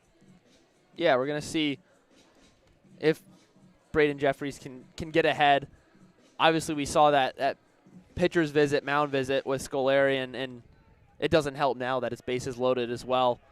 He's going to need to have a couple good pitches to get out of this inning, but one mistake and a line drive to the outfield will score 2, maybe 3. The 0-0 is in for a strike. It will now be an 0-1 count on the breaking ball, off-speed pitch. The 77-mile-per-hour had Jeffries frozen a little bit, but Jeffries is very much in this at-bat. Bases loaded with 2 outs here in the bottom of the third. Jeffries batting .266. The 0-1 from Scolari is wide. Good eye there from Jeffries. 1-1 count. And we talked to Charlie alluded to earlier, Jeffries, the lefty batter against the righty pitcher. He was able to see that one a little earlier. That one was started out wide and stayed out wide. If it was the other way around and came across his body, it would have been a little bit difficult. The 1-1, 2 outs from Scolari. He deals. That's in there for a strike. 1 ball, 2 strikes in this at-bat. 2 outs on the off-speed breaking ball, and that's 3 straight breaking balls to Jeffries. Yeah, as a freshman last year, I mean, now a sophomore, but you don't see freshmen get as much playing time as he did last year. He started in 29 games, so definitely made an impact last year and has just ramped up that volume this year. The 1-2 is high outs above the zone. We see that 2-2 count now from Jeffries, looking to make an impact, but wants to see the right pitch for himself here.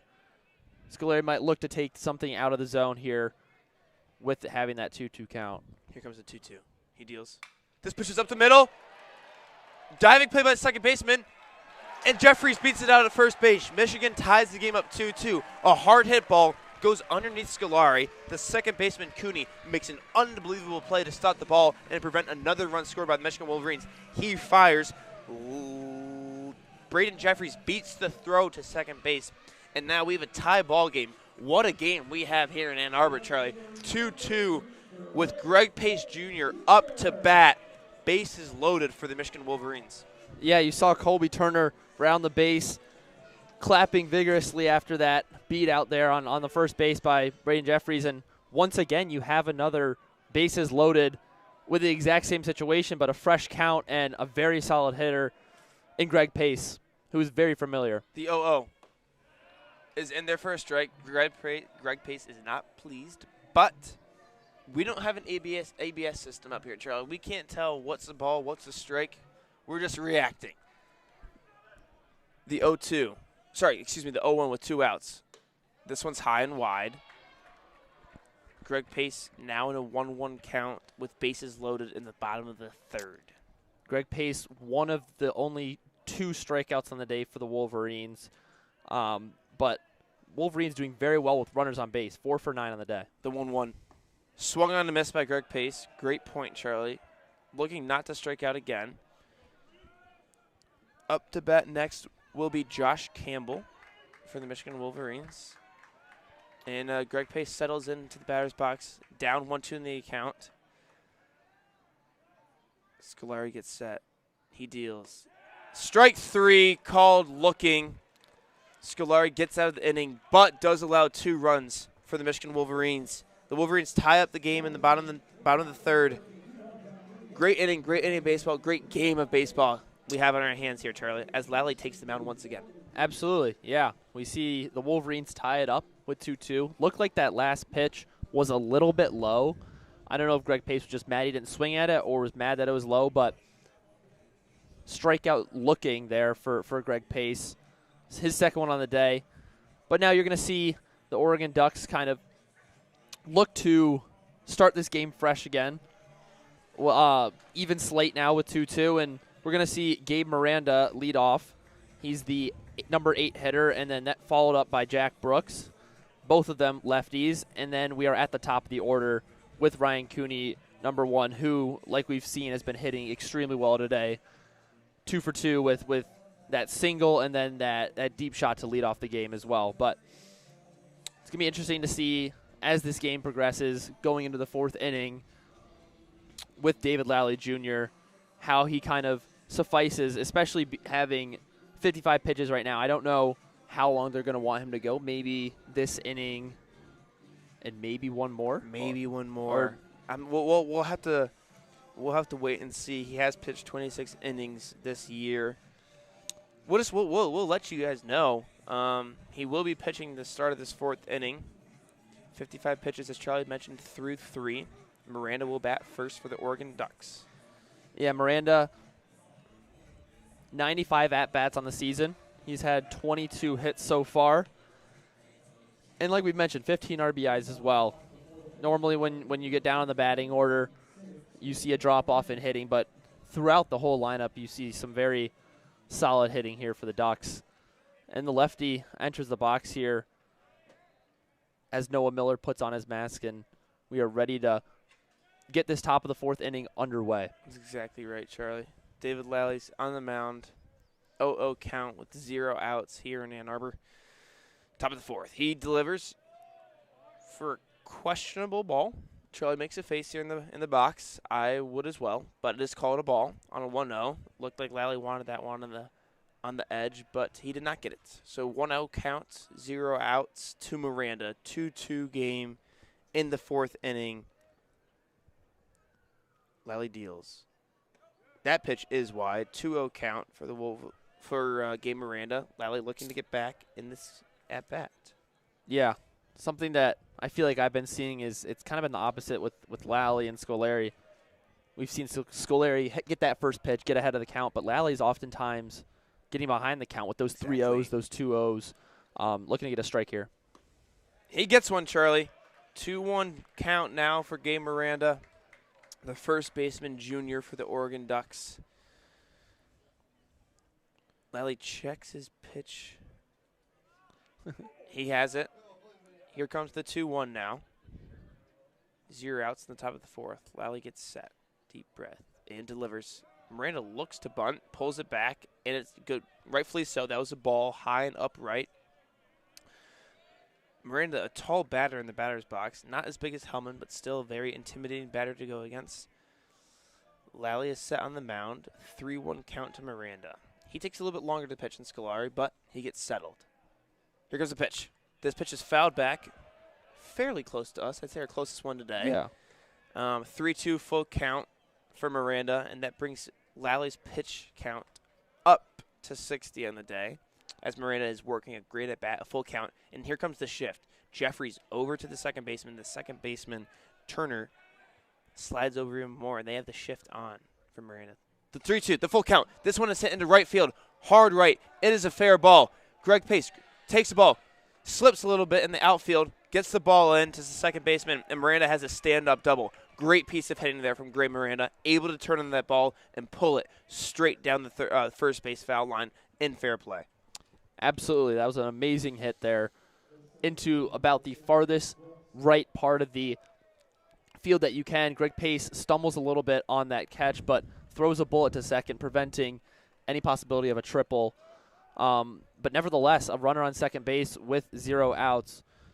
We see Lally, like we said, his pitch count getting a little bit higher. 3 strikeouts on the day, but giving up a leadoff double is never good. Going down to the 9-hitter, Jack Brooks, up to bat, the lefty. The 0-0. Opts for a bunt, pulls it back, and that's a strike in their first strike. 0-1. 0-1 count here to Jack Brooks. Lally gets set. Miranda has stolen 1 base this year. And this next pitch is low and away there. 1-1 count here to Jack Brooks. Charlie, Jack Brooks gets on base. He's 7 for 7 on stolen base attempts this year. Absolutely. That's why he's looking to bunt. He's opting to bunt, trying to advance the runner and get to first base himself. We'll see if he continues to do that here in the 1-1 count. Lally deals. This pitch is high, swung on, left field, and is going foul. Yeah. I was going to say, at the same time. Us being twins, we do see stuff at the same time, and I was going to mention it when Luke was done talking there, that we are seeing some pitchers in both bullpens for both respective teams here warming up. 2 pitchers, currently a righty and a lefty, in the bullpen, looking to maybe come in the following innings. 1-2 count. Strike 3. Lally gets his 4th punch out. Beautiful Brooks pitch. goes down looking, and we have 1 out here in the top of the 4th of Wolverines in a 2-2 game. Beautiful pitch, as Charlie mentioned. Breaking ball comes back into the zone, and Brooks is caught looking. Looks like a curveball probably. Yeah, curveball slider, something that broke in there. Yeah. Right to left and confused the hitter. Now you have a righty-on-righty matchup. Ryan Cooney up to bat, number 12, second baseman for the Oregon Ducks. Already has a double today and a single. Cycle watch, Charlie? Maybe. I won't jinx it. Oh. In for strike 1. Great pitch there from Lally, getting ahead in the count. 0-1 count, 1 out. Runner on second. Oregon Ducks are up to bat. All square here and with 2. Yeah. Cooney with 24 RBIs in the season here. Wow. Just staring at that second base runner that is looking to. Lally deals an amazing pitch, comes straight at Cooney, works back over the place. Cooney is not happy with that one. Takes the 0-2 lead in this at-bat. David Buck is being very lenient on the inside strike calls, and exactly at least, right. Even if you don't like it, he's being consistent with it. So that's what you look for in an umpire, and kind of targeting that. 0-2, this pitch is fouled back, and that one's at the IM on the track. Someone's going to see that one. Cooney fouls that pitch off, maintains what would have been a strike. 0-2 count with 1 out here in the top of the 4th inning. Lally taking his time. He gets set. Miranda, as I mentioned, 1 stolen base, not too much to deal with. Lally gets set. He fires. This ball's a grounder to the third baseman, Jeffries. Jeffries checks the runner, looks over to first, gets the out, and now Miranda slides into third after checking the runner. Great base running there from Miranda. Runner moves to third. Cooney's thrown out at first. We have 2 outs here in the top of the 4th. We see Braden Jeffries there, grounds it, and because it came at him with such force, he has time to check the runner there, Gabe Miranda, and then fire it. But just with the distance that you have to throw there, Gabe Miranda, good base running, consciously looking for the second that Braden Jeffries throws the ball over to first and is safely into third base. But now they have 2 outs, so the danger is partially averted. But having You have a force out at first now to end the inning. especially Yax Jimenez up to the plate. Yes, Yax Jimenez looking. Lally pitches the 0-0. This pitch is wide. Yax Jimenez, the lefty batter. He's actually a switch hitter, which is pretty impressive if you ask me. I'm the least ambidextrous person. So in order for him to bat both ways, that is pretty neat. Lally first pitches the ball, and here comes the 1-0. 2 outs remaining in the top of the 4th. He deals. Beautiful pitch, but called a ball, 2-0 count. You hear some, maybe you guys heard that. Fans were not pleased with Some that fans one. are tapping their head like the ABS system. But, yeah, maybe just a little high on the view there. Yeah. Timeout, Oregon. Oh, wow. Is that a Intentional walk? Balk? – I think it's an intentional walk. Yeah, it was. Um, They intentionally walked Yax Jimenez there, batting .330 in the season with a runner on third. Now you get a force out anywhere. No, you have a force out on first and second. This could be a strategic play because, like we mentioned earlier, Dominic Hellman is the #1 strikeouts on the team. He has 34 strikeouts, so maybe Lally sees something where he wants to just get out of the inning here and have a 3-pitch strikeout. The 0-0. Check swing. He went.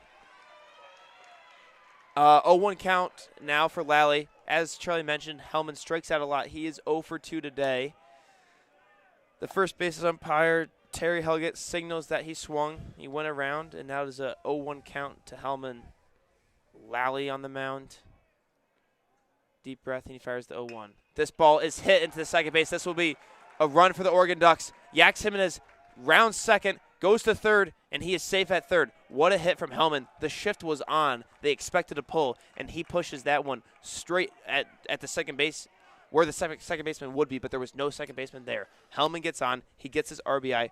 Questionable decision now from the Wolverines to intentionally walk Yax Jimenez because he is now on third base after the Hellman single, RBI single. Oregon leads this game 3-2 here in the top of the 4th. Yeah, very interesting decision there because you walk the runner on first and then are trusting that you can get that runner out. And with the shift, Hellman just had to put that in play, and he put it straight up the second base line in the outfield, and now you're down 3-2 with still runners on first and third, 2 outs, same exact position.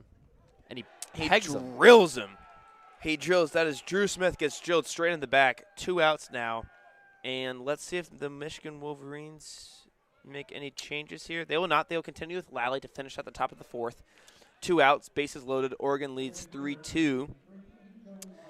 Up to bat now, Charlie, is Laya. Angel Laya.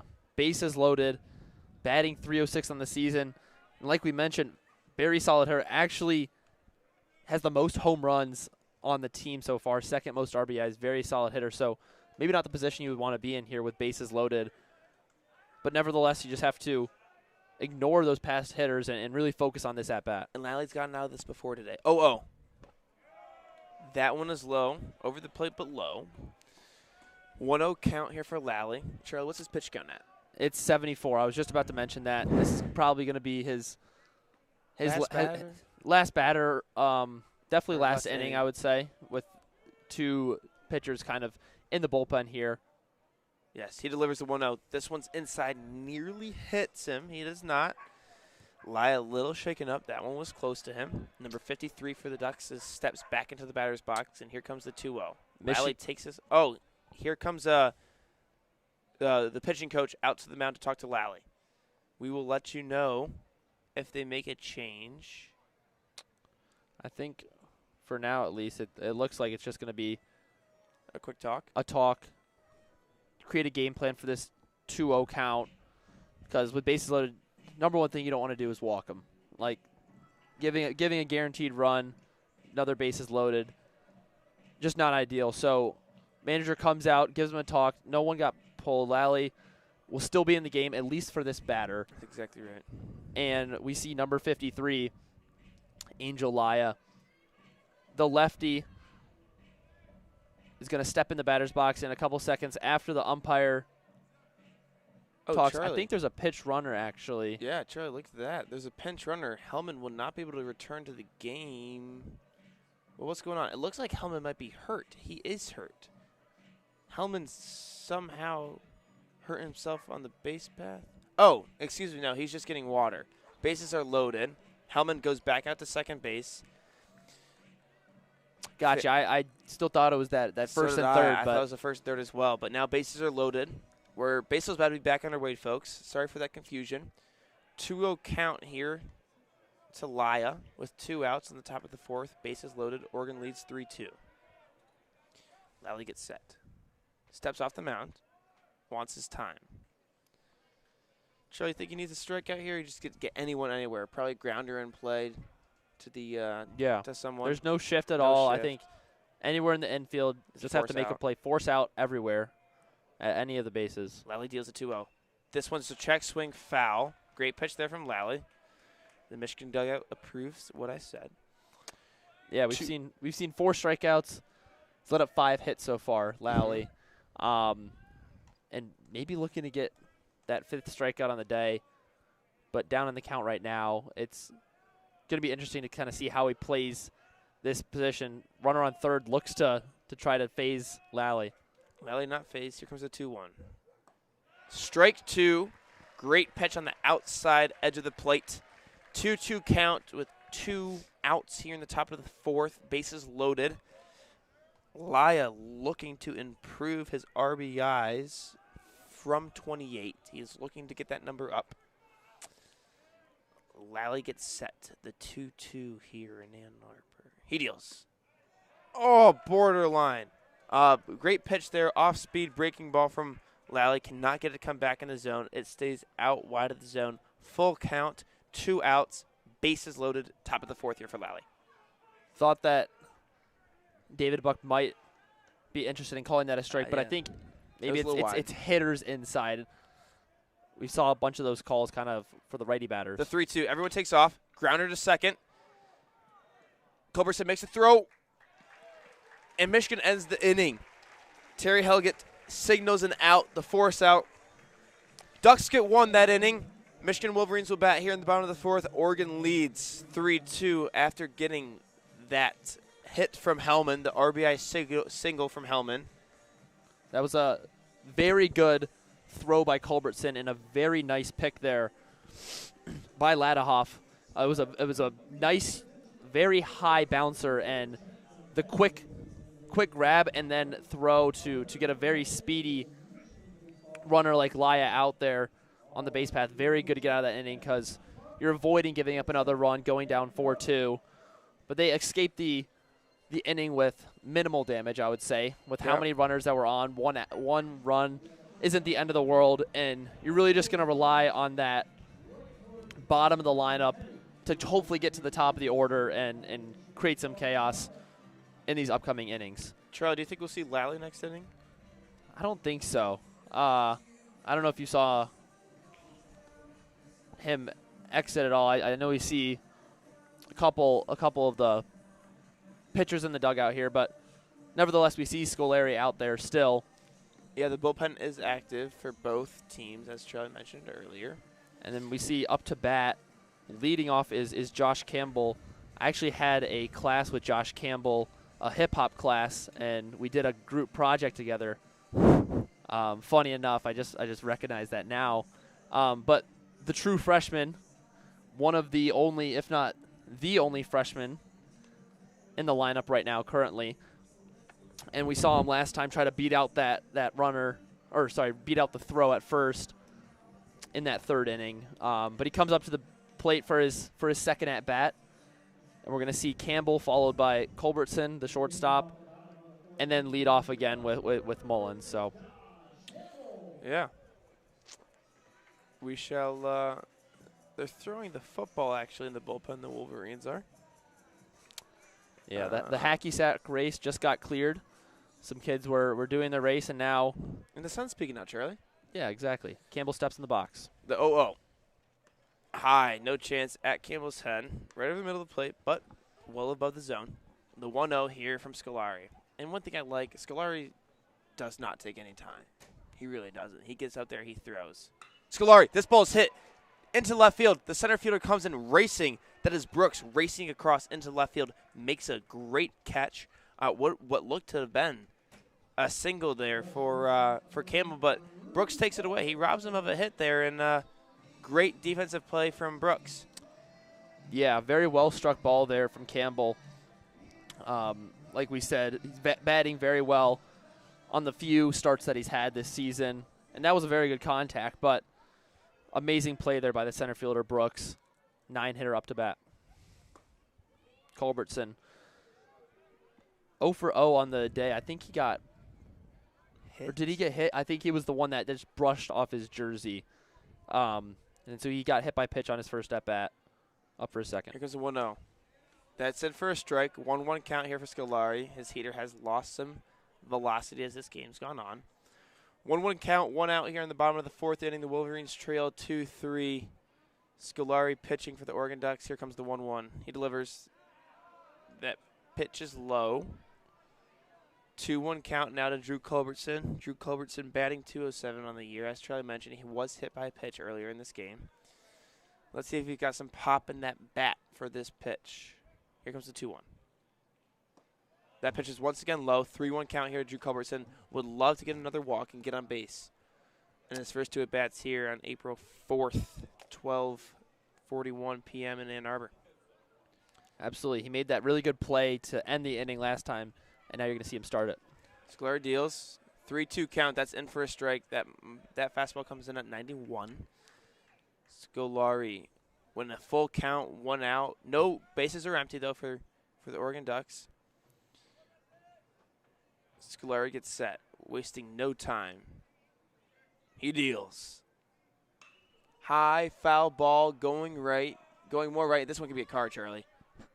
That one definitely is a car. Can it get another one? It did get another car. It looks like a GT Mustang that got hit. Never good, never good. But that's what happens when you park your car here in Ray Fisher Stadium. Those high fly right balls are going to hit a car. Now, a 3-2 count. Scolari gets set. Third baseman backs up. He deals. This one's a high fly ball into right field. The second baseman, Cooney, underneath it, and he makes a great play. Running backwards over his shoulder, makes the catch. Cooney, great defensive player for the Oregon Ducks. I was going to say the second baseman, Cooney, as well as Maloney, the shortstop, were playing very far back into the outfield there, but worked out for him as he's able to just backtrack a couple steps and get under that fly ball. It was kind of a bunt of a fly ball, but he was able to get back to it nevertheless. And now you have 2 outs on the board, but the top of the batting order as well with Mullins as the pitch comes through. The 0-0, 2 outs, is a strike. Swung on and missed by Cooper Mullins, the designated hitter for the Wolverines today, batting leadoff. Scolari gets ahead of the count. Nothing new today. 0-1 count. Here comes the pitch. Swung on, high ball, left field. The Jimenez is able to get underneath that, runs across all the way to the foul line, gets underneath the ball, and he records the 3rd out for the Oregon Ducks this inning. Keeps Scolari's pitch count relatively low for the inning. It is now up to 84, and this could be the end of both starting pitchers today. We will let you know who comes out here at the top of the 5th. Yeah, overall, I think we talked about the pitching battle, or at least I did, going into the game. Thought it was going to be very solid pitching battle, and don't get me wrong, these pitchers have done very well. But I think we've seen the batters almost do more so far, Luke. Yeah. We've seen a lot of hits, a lot of runners in scoring position here for both teams. And obviously that's going to happen when it's a 4-2 score. But as long as these hitters 3-2 score, sorry about that. And, yeah, as long as these hitters are still seeing these pitchers, and it looks like Lally came back out. Lally came back out. So even with this high pitch count, with Lally having 80 pitches, he's going to go one more inning or maybe a couple batters, and they're going to feel it out, the manager. Yeah, the bullpen's now empty for the Wolverines. I'm sure they're ready and warm to go, those Wolverine pitchers. And we'll let you know if there is a pitching change. Yeah, but for the Oregon Ducks, we are going to be in the 6th spot in the batting order with Maddox Maloney. 0 for 1 on the day to start. And then following that up, we're going to see Berkeley Mabius, followed by Gabe Miranda, who was kind of the inflection point of that previous inning. I don't know if you remember that. Yes. He was like the start of it all, and I'm pretty sure he was the one that scored the run for them last inning. I could be wrong about that. Who were you alluding to? Gabe Miranda. He had the RBI. No, sorry. That was Dominic Hellman that had the RBI last inning for the Oregon Ducks. He had the RBI single. Jimenez scored the run for the Oregon Ducks. But I did. we're now set in the top of the 5th inning here in Ann Arbor, Michigan. Lally taking his time on the mound. About to deliver the 0-0. Here it comes. High left ball. Ball hit to left field. Straight at, I believe that is Campbell out there. Yes, hit straight to Campbell. Great hard-hitting hit there from Maloney, but that's straight hit straight to Campbell. Yeah, definitely a hard hit ball there, line drive, but like we've talked about all day, these outfielders are having to do relatively little to track down these balls in the outfield. Major shift gets put on with the lefty batter. You see something's going on here. You see Jeffries still at third base, but Culbertson is shifted all the way right of second base now, leaving kind of that shortstop gap wide open, but hoping for a pull here as Mabius enters the plate. Yep, 1 out here in the top of the 5th inning. Lally fires.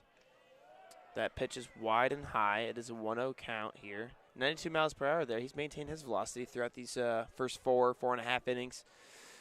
Into the top of the 5th here for Lally. Lally checks the pitch comm. He's going to take his time. He always takes a deep breath. Very nice to see. 1-0 count, 1 out here. Oregon leads 3-2. The pitch to Mabius. Swung on, grounder. Ladaha fields it, flips it over to Lally, who runs over to first base. And there's the second out of the inning for the Wolverines, and that is great for Lally. Lally working his way through almost 5 innings now. 4 2/3 innings recorded for Lally, and up to bat is Gabe Miranda, the first base lefty junior, batting .234 in the year for the Ducks, and he's 1 for 2 today. Yeah, we talked about that that shift, and the pull was exactly as they anticipated.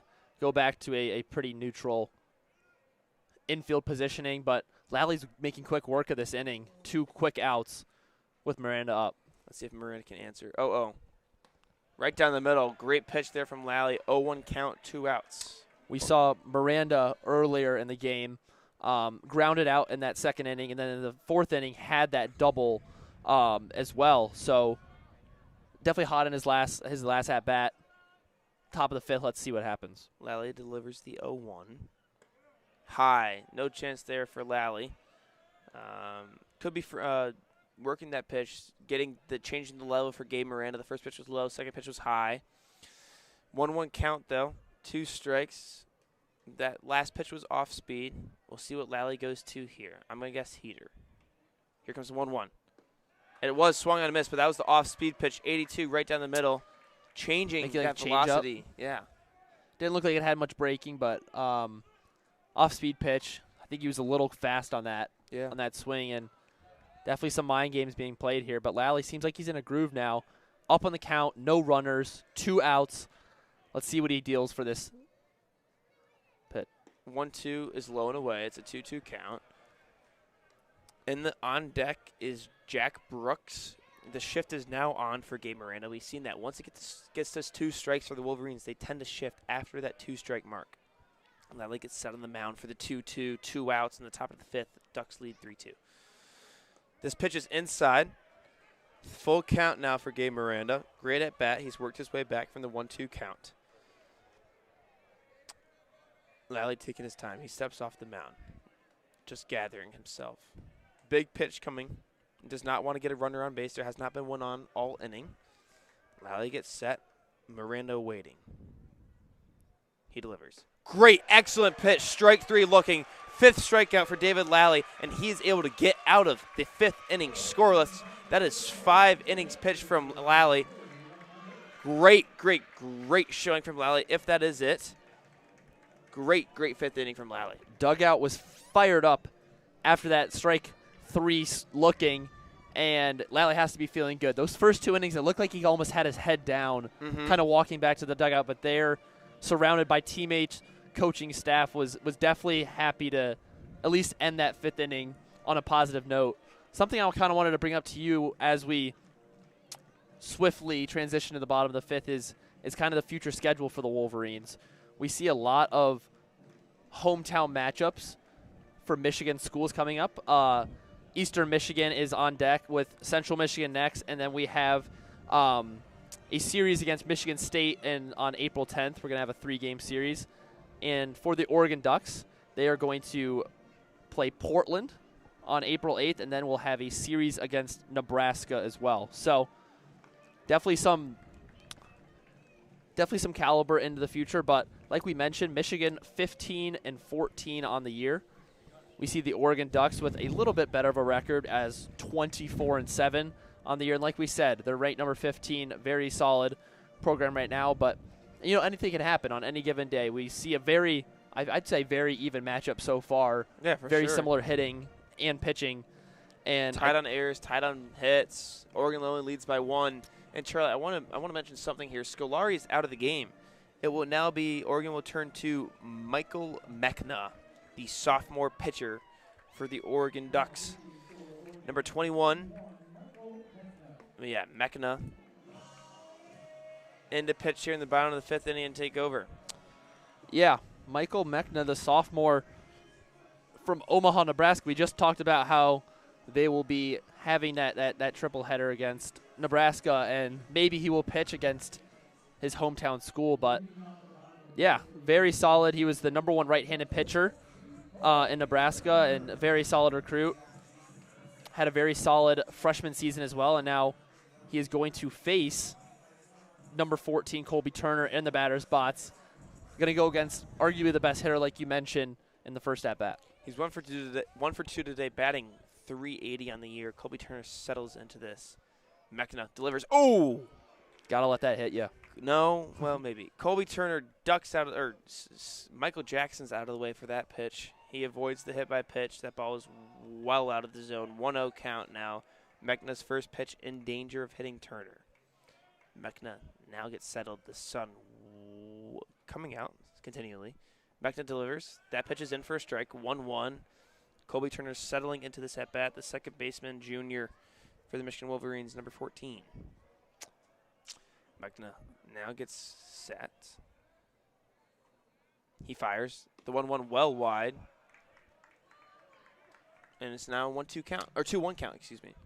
Yeah, Michael Mechna, 3.6 ERA on the season. He's only pitched 15 innings and has given up 17 hits on the season, but also has 17 strikeouts as well, giving up 3 home runs. The pitch, grounded to shortstop.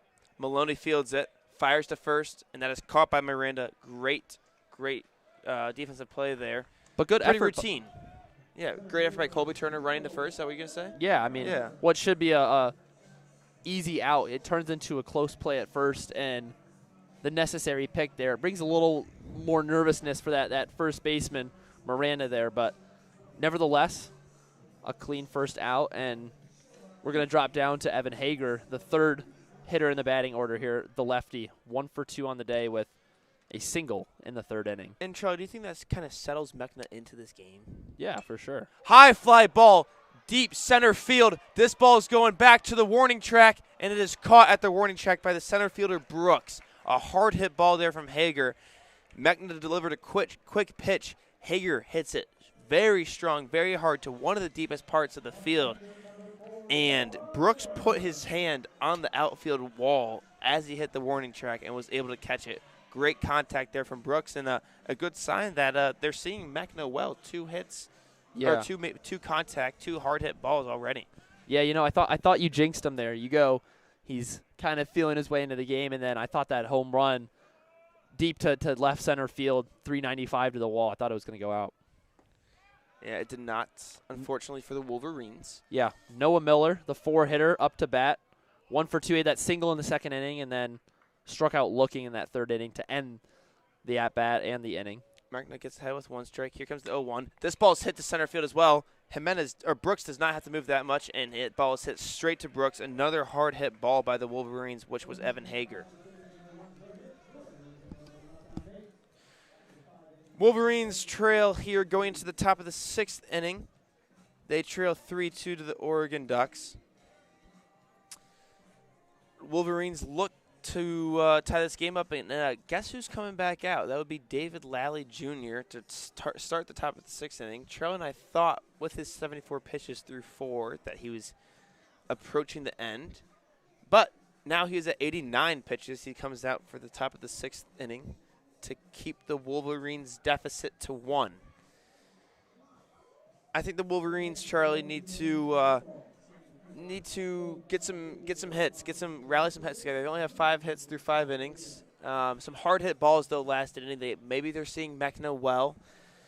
Yeah, it's something to note. Just they're not going to win this game if they don't score another run. That's a given. They're down 1 right now. They need to continue up the excellent pitching and the good defense. The biggest error of the game so far from the Wolverines was the error in the first inning that allowed 2 runs on the grounder to Culbertson. Culbertson misthrows it to Ladahoff and what needed to be a speedy throw, but he throws it wide and 2 runs score. So that's how the Oregon Ducks got this game started in the first. Got up early 2-0. And then the Wolverines answered 2 in the bottom of the 3rd. Left some runners, 2 runners stranded with 0 outs in the second inning. Should have capitalized there, but we're not able to until the 3rd inning. Then the Oregon Ducks, on a choice by the manager, Charlie, they elect to walk Zach Jimenez with the runner on 3rd to bring up Dominic Hellman. Dominic Hellman comes to bat after being 0-2 and gets an RBI single to make the game 3-2, and that's kind of where we stand now. Last innings, 0 runs were scored. We're now in a 3-2 ball game. Oregon Ducks lead. Lally comes out to pitch the top of the 6th inning, and we have 4 innings of baseball underway, potentially 3.5 if the Wolverines can take a lead before the bottom of the 9th inning. Now up to bat, number 6, I believe, Jack Brooks. Yes, number 6, Jack Brooks, up to bat for the Oregon Ducks. Lally sat on the mound, takes his deep breath, his signature. He now delivers. Jack Brooks opts to bunt. As we've mentioned, very speedy player for the Oregon Ducks. He has 7 stolen bases on 7 attempts this year. He can hustle his way down the line. Batting .261, the junior center fielder, after a great defensive day from Brooks, he looks to get it started offensively. Lally gets set. He deals. Hard hit ball, foul. First base coach did not move, but it was hit directly at him. I would have been scared. He was not. David Lally now. 1-1 count here for the Wolverines. Jack Brooks all the way in the back of the batter's box here. Lally gets set with the 1-1. Lally deals. That pitch is high and wide, barely. Close, but high and wide. 2-1 count now for the Wolverines. And David Lally, who's pitched a total of 5 innings, 89 pitches. The Wolverines are back warming up in the bullpen along with the Oregon Ducks. David Lally now set. He delivers the 2-1, opts to bunt. The bunt is laid down by Brooks. Third baseman comes in charging. Jeffries off the bag, pulls Ladahoff off the bag. Excellent bunt performed there by Jack Brooks. Lays it down the left third base foul line. Stops in play. Jeffries has to barehand it, throws it over to Ladahoff, but pulls him off the bag with the throw. And the Oregon Ducks have a runner on first here with 0 outs in the top of the 6th, looking to improve their 1-run lead. Now up to bat, Ryan Cooney, the second baseman junior, led the game off with a double. He is 2 for 3 today. He has a double and a single. He is already signaling bunt. He might pull it back. He does. Nearly gets hit, though. He was all the way at the front of the batter's box, leaning in, trying to force a bunt. Pulls the bat back. It is a ball. Nearly gets hit, though. 1-0 count. Runner on first, 0 outs in the top of the 6th. He signals bunt once more. Jeffries all the way in. Now fouls that one off of his foot. Interesting strategy here by Ryan Cooney. He signals bunt, comes back all the way to the front of the batter's box, inside of the batter's box, and swings, that time off his foot. Charlie, we're in for an excellent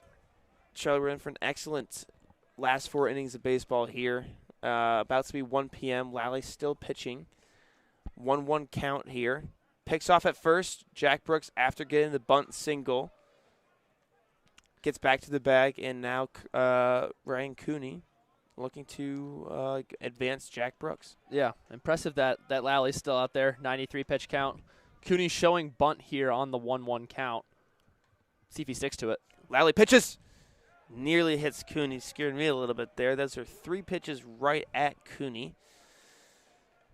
But it is now a 2-1 count. It appears, yes, a 2-1 count for Ryan Cooney.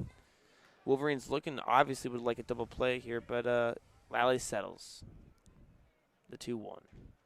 Runner takes off. High fly ball to center field. That is Hager underneath it. He calls off pace. Hager gets it. Jack Brooks retreats to first base, and we have the first out at the top of the 6th. Yeah, we saw. I mean, Jack Brooks obviously was that single. He took off almost, and then was hesitating, hovering in between first and second base, just hoping that the outfielder Hager was going to drop the ball. But good base running, slightly retreats back, and now up to bat is Yax Jimenez, who has had a couple interesting at-bats. He's 0 for 1 on the day, but I'm pretty sure he got walked, and then an out, and I think 2 walks almost. Yes. So far. Like we said, batting .327 on the season. A lefty hitter has already dealt with Lally twice, and so this is the third face-off between these two, and 4th. Yeah, 4th. Sorry. Yeah. Lally picks off, tries to pick out the runner at first. That's Brooks for the second time. Is unable to do so. Brooks already took off. He had a great jump. He would have been safe. He might have been signaled. Ryan Cooney might have been signaled on that last at bat for a hit and run. The 0-0, 1 out. Pitch once again tries to pick off Jack Brooks. Not close this time. It's been happening a lot. It has been happening a lot. A lot of pickoffs on both teams. None successful yet. But yeah, none successful, but we shall see. Lally settles in. Now might deliver the first pitch to Jimenez. He might take Lally, off. Yeah.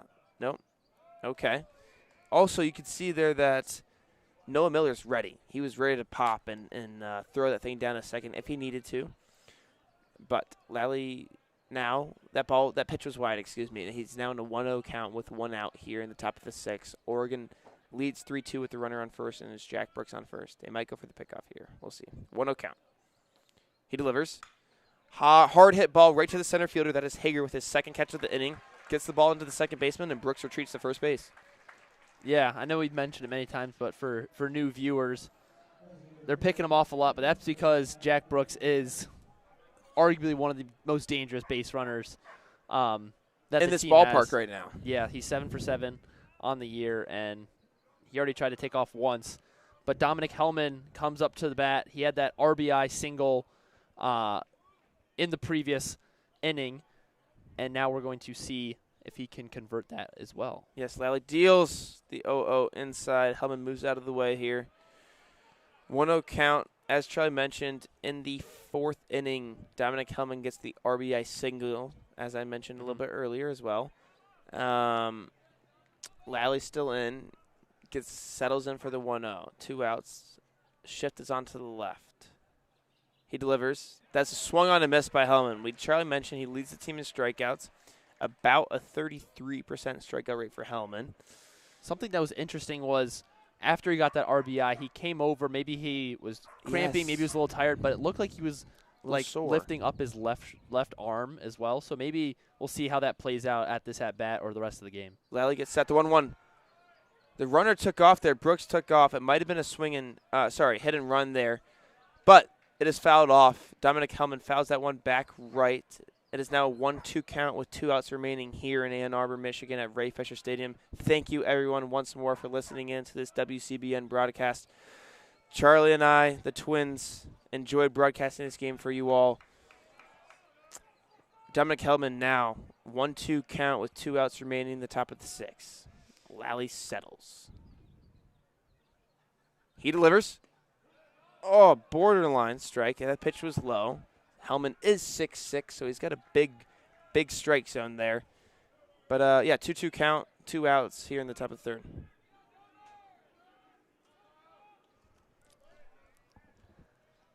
Lally settles in for the 2-2. 2 outs. Picks off Brooks, but is not able to in time. Brooks, once again, able to retreat back to the bag safely. I've mentioned it before, but the that stat of 2 for 15 with runners on base for Oregon, leaving a lot of room on the table for RBIs and runs. But let's see what Hellman can do here with a runner on first. That's exactly right. Lally settles in for the 2-2, 2 outs. This pitch is on the way. Runner steals, throw down to second, and he is out of there. What a throw there by Noah Miller. Tagged by Colby Turner, and Jack Brooks, his first unsuccessful stolen base of the year. And boy, Noah Miller was fired up to get that one. Beautiful throw, right on the money, and that tag stuck right onto Jack Brooks. Yeah, that was a brilliant tag. You can't place that any better. It's a one-hop, beautiful pick by Turner, and just able to get a very speed demon in Jack Brooks out there. First unsuccessful stolen base. I know we were hyping it up, but now 7 for 8. But you know who was really excited or pumped up after that was Lally. He gave a very big fist bump. Super enthusiastic, even if that's the end for him. He just reached 100 pitches. I would guess that's his end.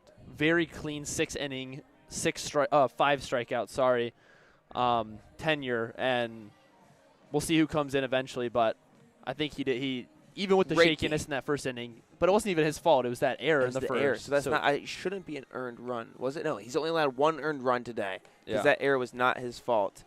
So Lally, very a little bit pitching. Like a 1.9 ERA in the day, something like that. Yeah, very solid.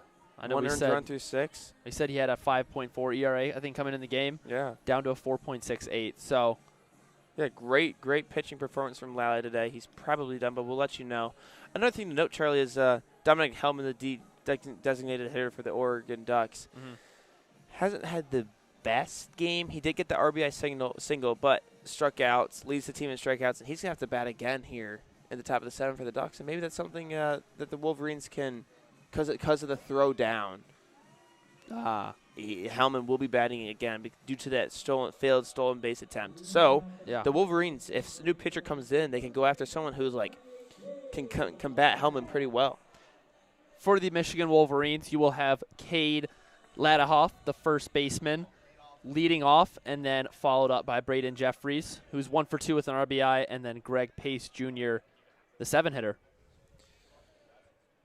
Mechna delivers the 0-0, in for a strike, 0-1. Oregon pitchers like to get out to an early count in favor of Oregon. We're in the bottom of the 6th inning here. Michigan trails 1 in Ann Arbor, Michigan. Here comes the 0-1. This pitch is fouled right. Guess where it's going? Could be a cart. Oh! If you could hear, that was definitely a car. That might have been a windshield or a window. Oh. And now the car lights are going off on the car. Not ideal, but that's what happens at Ray Fisher Stadium, as we mentioned. We'll settle back in the game. We'll start focusing on cars. Here comes the 0-2 for Mac. Oh, this ball's hit hard into left. Too high, though. The shortstop's underneath it. That is Maloney. He catches it. And the first out of the bottom of the 6 is underway. I think Luke thought that was a home run. I did. But, I thought that thing was hit way harder than it was. It didn't even get out of the infield barely. But, yeah, good contact nevertheless. Jeffries up to the bat. Yeah, Jeffries with the 1 for 2 today. He had the RBI single in the 3rd inning. Jeffries takes the first pitch from Mechna, and that is a strike. And it will be an 0-1 count to Jeffries with 1 out here in the bottom of the 6th. I will try not to get that excited again, but I love baseball. Okay, ball hit to the second baseman. Cooney fields it, throws it over to Miranda, and that is the 2nd out of the inning. A beautiful, beautiful inning going on for Mechna right now. 2 quick batters retired, and now up to bat. Yeah, something interesting to note is that I feel like it was a very long, I'd say, first 3 innings, like hour and a half almost, and then these last 2.5, 3 innings have been very quick work, both for Mechna and then Lally pitching those 2 good innings as well. Greg Pace up to bat. Mechna delivers the 0-0, and that's another first pitch straight for Mechna. Getting ahead in all of these accounts, the 90-mile-per-hour fastball for Mechna, sophomore. Now, Pace back in the batter's box. Mechna wasting no time. Here comes the 0-1. And that will make it 0-2. Another strike there for Mechna. Greg Pace quickly behind. He is 0 for 2 today with 2 strikeouts. Looking to improve. Here comes the 0-2 for Mechna. That pitch is wide. It'll be a 1-2 count with 2 outs remaining in the bottom of the 6th. Greg Pace, tremendous player for the Wolverines, looking to record his first home run of the year. And Wolverines need it badly. Here comes the 1-2. Swung on a miss. 3 strikeouts for Greg Pace Jr. today. And Mechna, what an inning for Mechna. Really well pitched. The Wolverines will have 3 innings left to answer their 1-run deficit. And we'll see who comes out. It will be a pitching change. Once I figure out who it is, we'll let you know. But Absolutely. Lally will not be continuing. He had a 6th innings pitched today. Beautiful, only allowed 1 earned run. Wolverines do trail 3-2. And it will be number 19 for the Wolverines. That is Brandon Mann, the senior right-handed pitcher for the Wolverines. Charlie, I think the Wolverines need to get some runs on the board if they want to come back. That's a given. Trail 2-3. But let's see if Brandon Mann can keep it to a 1-run deficit. The 6'3" senior Brandon Mann went to high school, Detroit Country Day. Luke and I, we played them in high school. A lot of sports. Middle of Michigan. He pitched a scoreless inning with 1 strikeout against Nebraska a couple weeks ago. And he was actually, interestingly enough, the member of the Michigan football team for 2 years, 2023, 2024. Multi-sport athlete, as many of these athletes were, I'm sure. Oh, gotcha. But yeah, this season so far, like I mentioned, he has had 1 outing, actually 2 outings so far. He had 1 inning pitched against Nebraska as well as Florida State, and now enters the game. Oh, he actually pitched 1 inning yesterday as well, where he gave up 1 hit, conversely. But it's looking to resume where Lally left off. Lally left off with 2 very solid scoreless innings. Mm-hmm. And now Mann's going to come in the top of the 7th as Noah Miller throws the last pitch down to Turner. So, like you talked about, we had that throw out at second at the top of the 6th. And so you will have Hellman coming back to the plate with a very new fresh at-bat. You mentioned that he hasn't been hitting amazingly, but he did have that RBI. So we'll see how he's going to deal with this. Wolverines have another righty in the bullpen warming up. But here comes the first pitch for Brandon Mann. That is never mind, not a beautiful pitch. It is high in the zone. 1-0 count here. 1 ball, 0 strikes here in the top of the 7th to Dominic Hellman. 1 for 3 today with that crucial RBI, lead-taking RBI. Hellman now settles in. Mann delivers. That pitch is definitely in for a strike. 1-1 count. Brandon Mann takes, he's a little bit faster than Lally to get the pitch in, but everyone has their own style. Here comes Brandon Mann quickly to deliver the 1-1. 0 outs on the top of the 7th. He delivers. This ball is fouled above our heads. The 1-2 will now be a 1-2 count here for Dominic Hellman. Yeah, and we see a big shift here. Yep. But they did the shift last time, and Hellman was able to capitalize on that with that grounder up the second base. Let's see if he'll strike out. That's my prediction. Here comes the 1-2. Ooh, low and away. 2-2 count now for Brandon Mann. The only reason I say that, and it's not negatively, but it's a righty on righty matchup, and he does lead the team in strikeouts. So I'm sure that's why they brought in Brandon Mann to face the designated hitter, Dominic Hellman. Here comes the 2-2, the top of the 7th. He delivers. That is low and in. 3-2 count, Charlie. Yeah, we'll have Hellman up to bat, and then kind of after whatever happens to this at-bat, you're going to have Drew Smith, the cleanup hitter, and then Angel Laya up to bat after. Full count here in the top of the 7th. 0 outs. Hellman up to bat. Here comes the pitch. That is a called ball 4. Man isn't pleased. We do not have a system up here, so we cannot tell you whether or not it should have been a strike, but it is a called ball 4, and that's all that matters. Hellman reaches first on a walk. Last 2 at-bats have been positive for Hellman. He works the 0-2 count.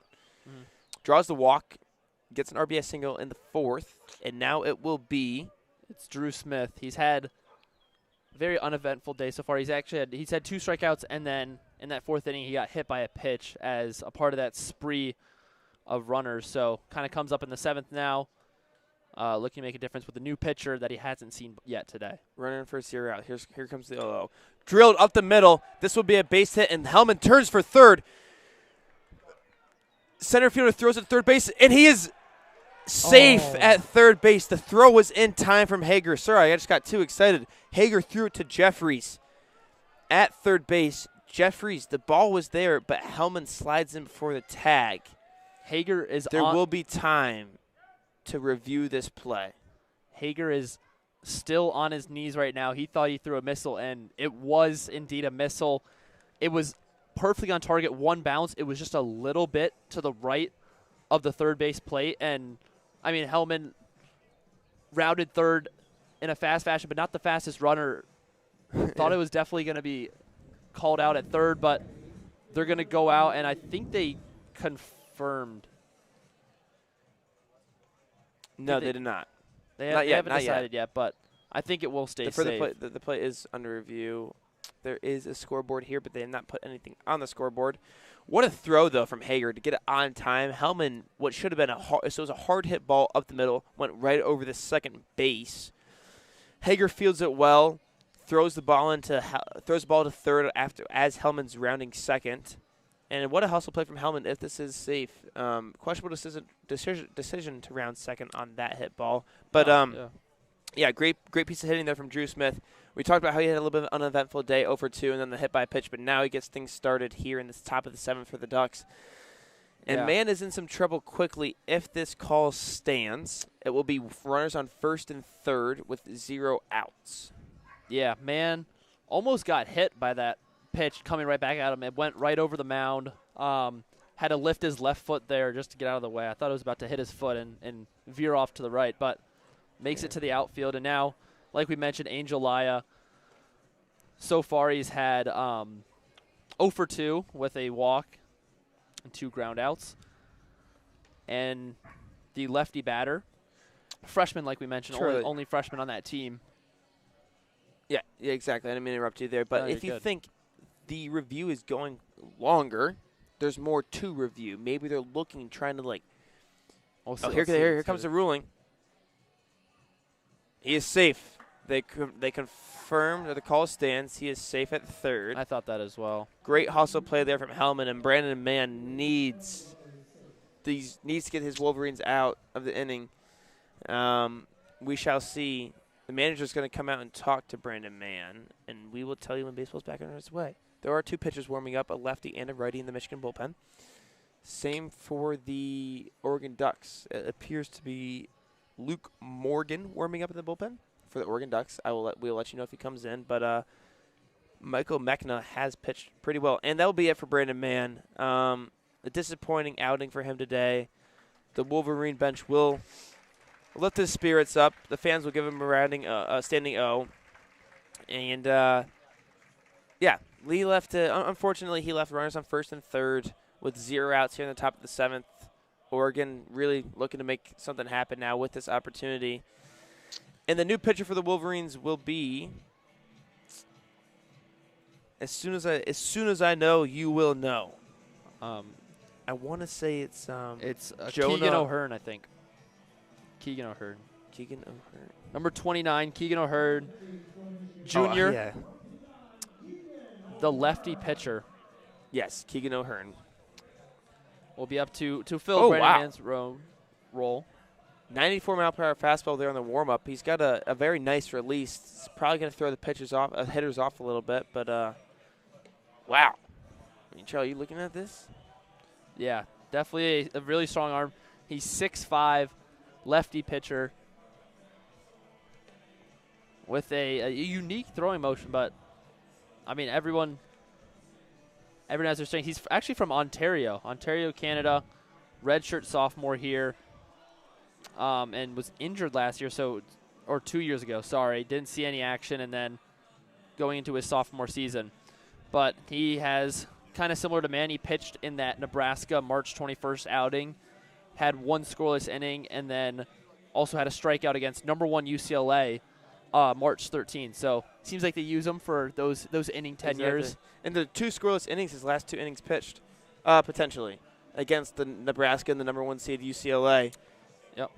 And then last year he was academic All Big Ten. He had 17 games that he appeared in with actually 9 starts and then 3 relief appearances on the mound.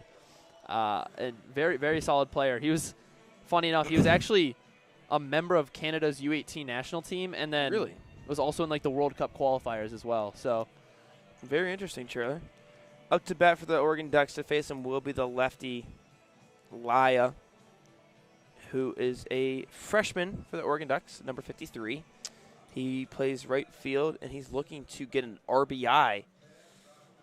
For the Oregon Ducks, he's got a great opportunity with the runner on first and third, 0 outs here in the top of the 7th, and he's looking to expand their lead. Still no home runs hit today. I'm not sure if we'll see one. It is a little bit cooler and cloudy. But, yeah, we like shall you see. mentioned, the sun has gone away now. But Laya enters the batter's box. Owen Hearn set to deal, and he deals. The 0-0 is high. 1-0. Charlie up here in the box trying to mimic O'Hearn's motion. Yeah. Definitely an interesting one, but it's gotten the job done for him so far this year. Let's see what he can do here. 1-0 pitch. That one's in for a strike. The 1-1. It is a 1-1 count, 0 outs here. Top of the 7th. Oregon leads 3-2. Runners on first and third. Oregon 7 hits through 6 innings, and Michigan 5 hits through 6 innings. O'Hearn now on the mound. The lefty, 6'5". He deals. Runner takes off the second. They throw down. And number 17, Drew Smith, is in there. He is 3 for 6 now in stolen base attempts this year. That throw was not there in time, but doesn't do much damage. It was still the runner on third. Now there are 2 runners in scoring position, Charlie. It was an unfortunate pitch there because the ball was in the dirt, so really hard to pick him off there at second. That's exactly right, Charlie. The 2-1 pitch is in the dirt. It'll make it a 3-1 count. 3 balls, 1 strike to Laya. A walk would not be the worst thing. It makes force outs everywhere. But we'll see what O'Hearn can do. I'm sure he's going for the strikeout. This ball's hit to the first baseman. He steps on first base. Hellman is forced to stay at third. That was an excellent play there from Ladahoff. He steps on first base, checks the runner, freezes Hellman, and Hellman has to retreat back to third. Great pitch there from O'Hearn after being down 3-1 in that count. That's almost the most ideal thing you can have. Maybe like a line drive. I mean, line drive anywhere, but just a grounder that you can tag first base but also have an eye, a vision on Hellman. But now Hellman actually just got he won't play anymore in this game. Yeah. Hellman's getting pitch run 4. Not sure, but pinch runner on third base now. We cannot see a number, but we will get that information for you right now. Josh. Yeah, Josh Schleit. We will let you know when we have the number. O'Hearn is still on the mound. Runners on second and third. 1 out here in the top of the 7th in Ann Arbor. You see the first baseman here. All the way in. Ladahoff creeping in. Maybe a bunt that he might think. Maloney up to bat. This ball is hit over our heads once again. You'd have to imagine that's what he's thinking, right? Oh, for sure. Drop bunt there.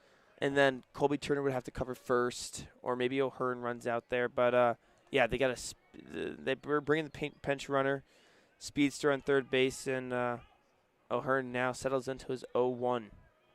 He delivers. That's 0-2. He's got 2 strikes on Maloney. Maloney down 0-2 in the count after being drilled back in the second inning, excuse me. Right in his back. O'Hearn now ahead, win the count 0-2. Maloney looks to battle. 1 out, top of the 7th. He delivers. Well wide, great snag there from the catcher, Noah Miller. Prevents a run from scoring. 1-2 count. Yeah, definitely Maddox Maloney. Very, very solid on the hitting end. He's had 5 home runs, 18 RBIs here, looking to add 1 more. Had that hit by pitch in the first inning when he got pegged, but then O'Hearn deals, and it hits Maloney again. Dead ball.